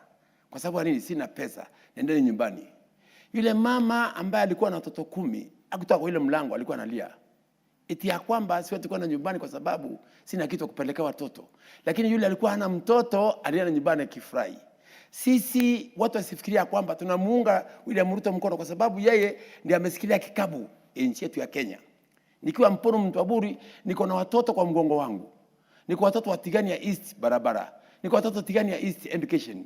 Niko watoto Tigania East KMTC. Niko watoto Tigania East Huduma Center. Niko watoto Tigania East ambayo nataka kuinuliwa. Kwa hivyo naambia Wakenya eti ya kwamba ukiona sisi wa support serikali ndio iko na kikapu ambaye inaweza kuinua watu. Yangu ni kusema kwamba niko na support kubwa ambaye nampatia William Ruto kwa sababu yeye ameweza kuunganisha Wakenya. Yeye ameweza kusema eti ya kwamba ana mtoto wa mgongo wala tumbo, wote anaunganisha. Nikimalizia, Madam Speaker, Rais William Ruto uliangalia hapa, aliongea mambo ya barabara. Mheshimiwa kutoka upande wa Moyale naangaliza na Marsabit pale amesema kwamba barabara zitengezwa. Ukienda pale upande wa Waluya barabara zinatengezwa. Ukienda upande wa mahali kuna ODM ambaye kumpigia kura, barabara zinatengezwa. That means huyu jamaa anaweza. Angalia mambo ya mkate. Watu walikuwa wanaandamana pana sufuria kwa kichwa. Watu walikuwa wanaandamana mambo ya mkate, akisikilia mkate, wasaizi ziko chini. Angalia mambo ya petroli. Hata mimi mwenyewe nilikuwa nimeudhika kwa sababu ya petroli. Wasaizi hakuna mtu anaongea mambo ya petroli. Angalia ndole ya nchi yetu ya Kenya ilikuwa 140. Wasaizi iko tuko sawa. So Madam Speaker, tutasema kwamba ukimkataa mtu hata akiwa na mafuta, hawezi kusema kuna mafuta, unamtuvia vumbi. Kwa hivyo mimi kivyangu na sapoti serikali ya William Samoei Ruto kwa sababu kazi yake ni kazi nzuri na inaonekana na Wakenya. Wale ambaye hawaoni hii serikali hata ukiwafanya nini hawawezi. Na wale ambaye hawaoni hii serikali walikuwa kwa wakati ule 1992 tuko na history ya Molo. 1992 tuko na history ya Molo bila hata ndugu misali. 1994 tuko na history ya Mama Matiba, ile kazi ambayo ilifanywa na Mandio na wanajulikana. Kwa hiyo Madam Speaker, sisi hatutaki vita, tunataka amani katika nchi yetu ya Kenya, tunataka kuunganisha wa Kenya, tuwe pamoja kwa sababu Kenya ni moja. Asante Madam Speaker kunipa nafasi hii. Thank you so much. Asante sana. Mheshimiwa Joshua Mwalio, member for Masinga. Thank you very much, Madam Speaker, for this opportunity that you have given me to be able to say something on the state of the nation address by His Excellency Honorable William Samoei Ruto on 20th November 2025. I want to start by saying that the President is the vision bearer of this country. And everybody that listened to him, he saw that he can take this country very far, given the opportunity and the space to be able to address the Kenyans, to be able to work for the Kenyans, and to be able to develop this country. What I see in the President is a man that has a vision that is in him, and he is able to do extraordinary things. The money that we are seeing that is developing this country had been there since time immemorial, but things were stagnant. Projects were coming, were being stalled, but now we can see things are moving in a speed that we have never seen before. Having brought back the broad-based government, now everybody is getting a share of what they deserve, whether you are in the opposition, whether you are in which corner of the country, you are getting a share of the cake of this country. So there is goodwill in this president. And that is what we need to see and support. We cannot miss people that criticize. We cannot miss people that don't see anything that is being done well. But people, we shall still live with them. But as long as the president has the vision, we shall be able to go very far. I want to say that since the president took over, in 2022, the inflation was 9.6 as it was in his report. And now, as of October, the inflation was 4.6. That is a big drop. And it is able to help our people, because as long as the inflation is very high, then everybody will have a problem. Even purchasing power will not be there, because anything is, all their money is being consumed by the high inflation.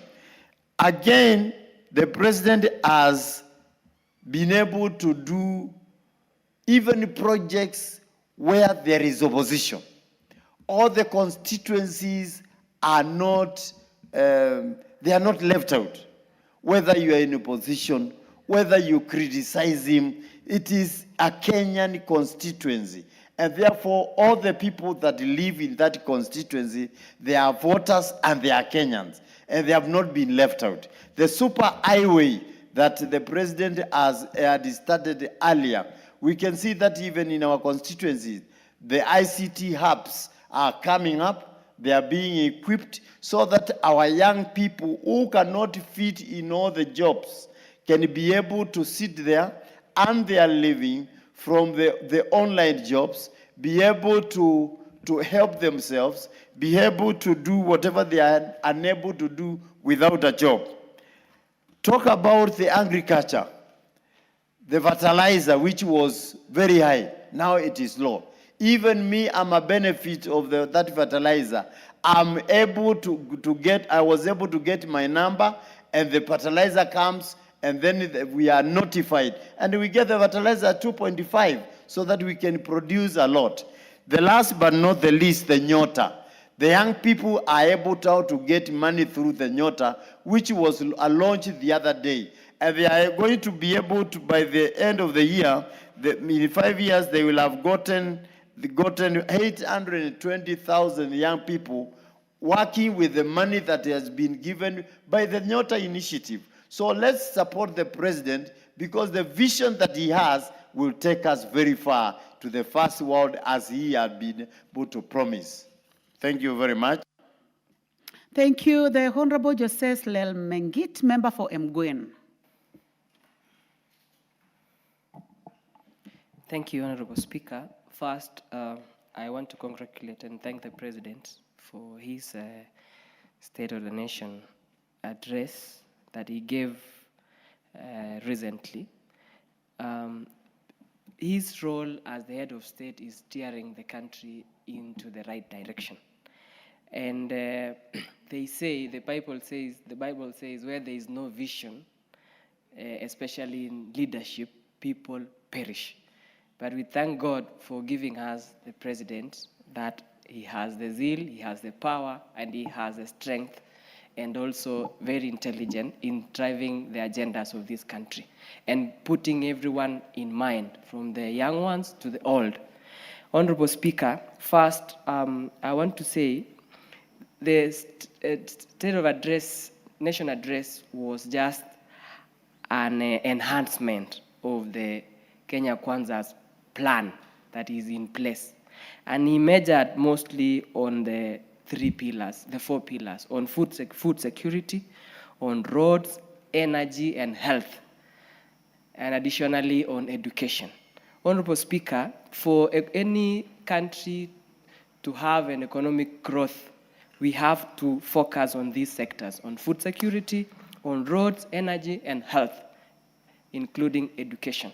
Honorable Speaker, from his address, this was just an enhancement whereby we see the greatest problem we have in this country is oversupply of human resource or unemployment. We have qualified team and everything.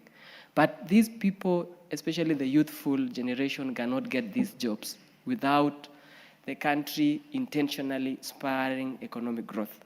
And on this plan on issues of food security, the president was categorical in mentioning the creation of several dams across the country. In essence, we will have secured issues of food security and also on job creation to allow our youth work on this, exercise their knowledge, and also earn a living. Honorable Speaker, he also mentioned on issues of roads.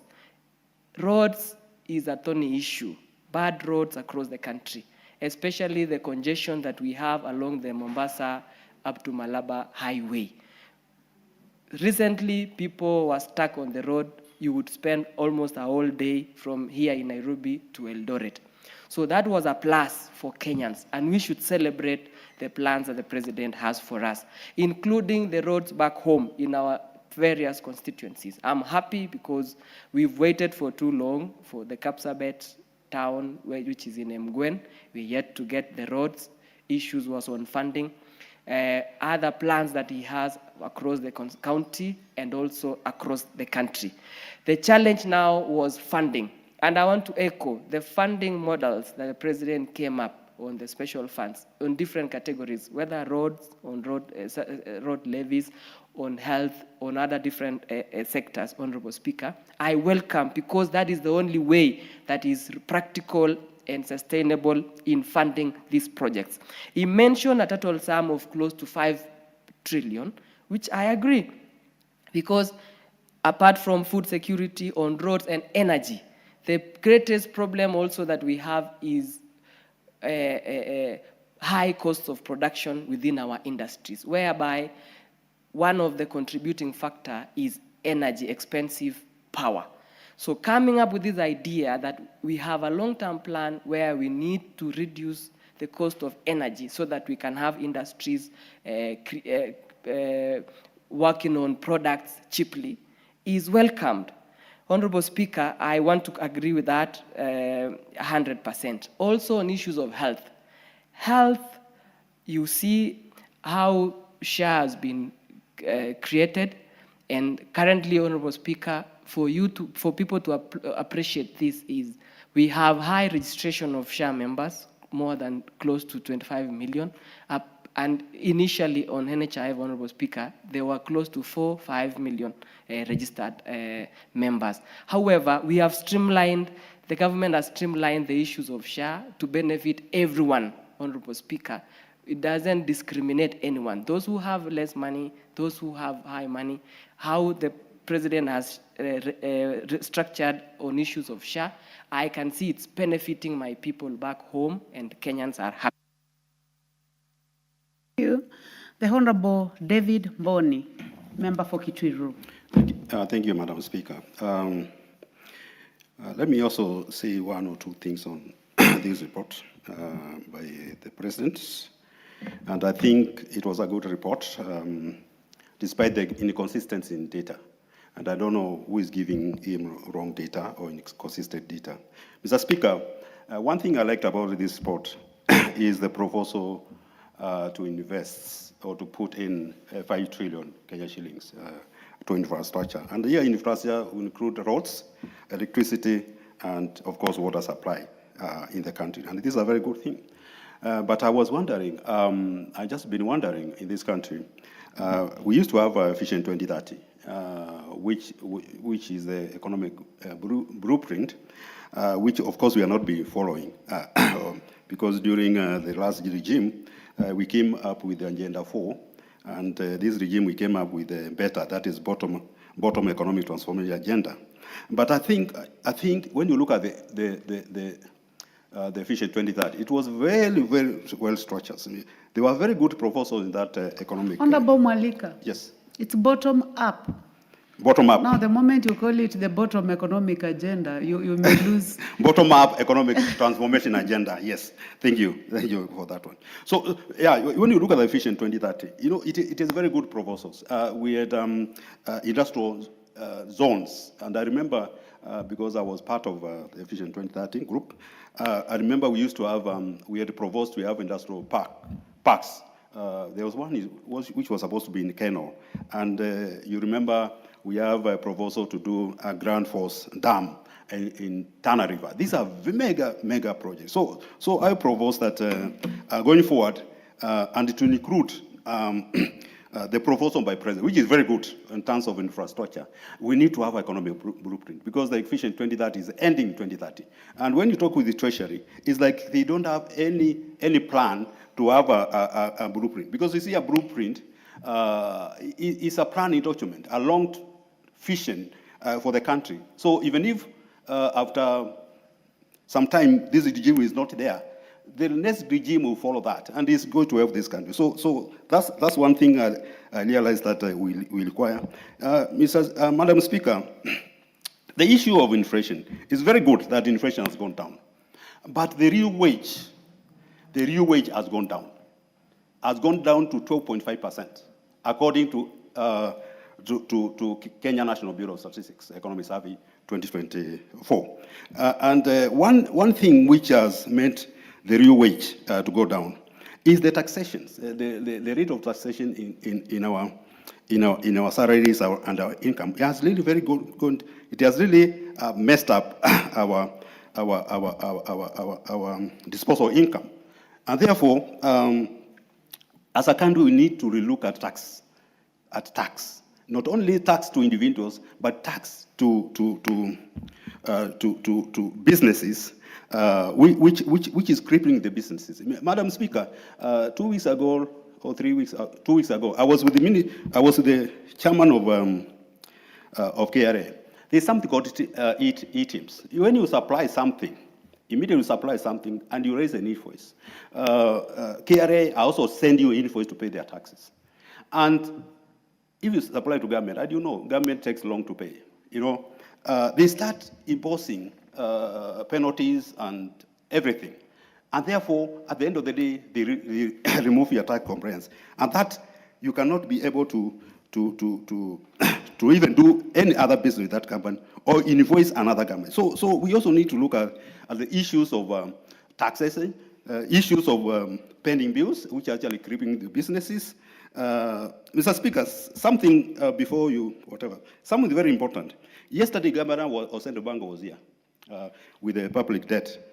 And he said, we are reaching the level of debt distress. In fact, that's something which need to be very careful.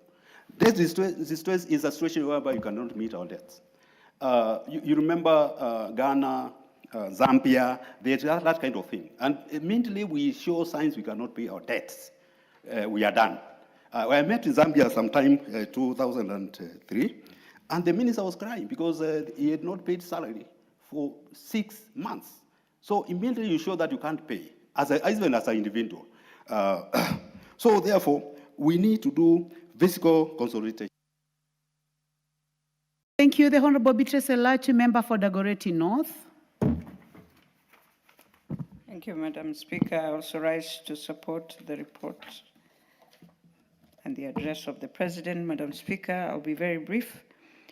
To really thank him and to appreciate that since the time of His Excellency, our third President Kibaki, and after the Vision 2030, I think each president has come in and ensured he picks up the pillars of Vision 2030 and moves with it.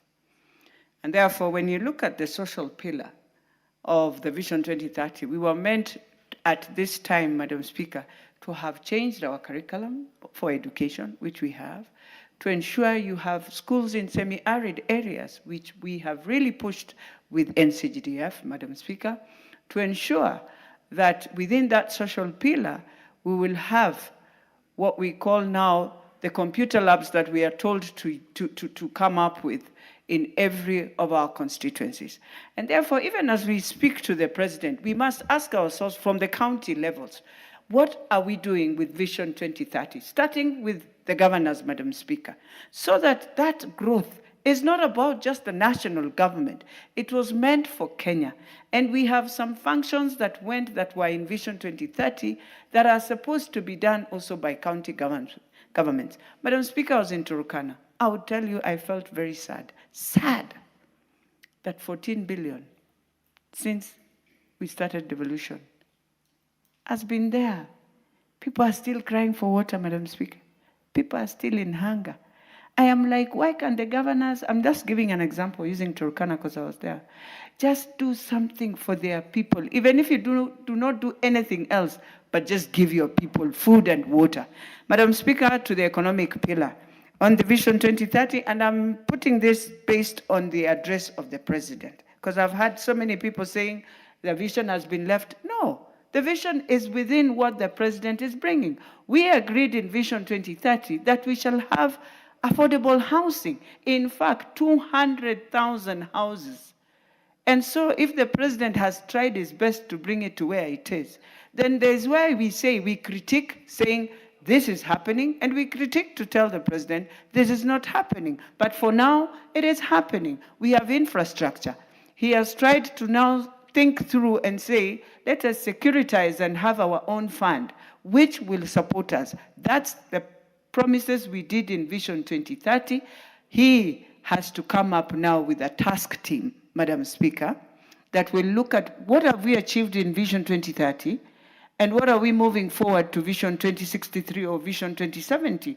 And so start that task force so that by vision, when we come to the year 2030, we are able to say we have a blueprint that moves us forward. That is what we've done in the UN when we were doing the Millennium Development Goals, Madam Speaker. We moved with the SDGs. And so it is a matter of ourselves as a country to say we need a task force. The task force will tick and critique the boxes of what we have achieved, what we have not achieved, and move. Lastly, Madam Speaker, in all this, we talk of corruption. And when we talk of corruption, I realize all of us Kenyans forget that we are the ones in the different sectors that are doing this work. We are the ones in the different sectors, not just the President alone, all of us as Kenyans, Madam Speaker, that we find ourselves in a situation where we must stand and reflect And ask yourself, when I'm given public resources, how do I use it? How do I misuse it? How do I look for 10%? How do I look for entrepreneurs? Because Kenyans just point fingers at one direction, but they are the businessmen in the government. They are the ones doing all the businesses that we have. Why can't they also stop and say, no, for once now we are not going to do this corruption business, but we are going to do the right thing. And even if it's not that, Madam Speaker, I won't say the name, but Madam Speaker, there was a place where somebody supplied furniture, and I can see the Auditor General has now questioned, and even the staff have been now sent home. Yet this is a very, very, very, very senior person. And I think it is wrong. As I finalize, Madam Speaker, anyone who does business in government, do the right business and don't put also staff into challenges. I beg to support. Thank you very much, honorable members.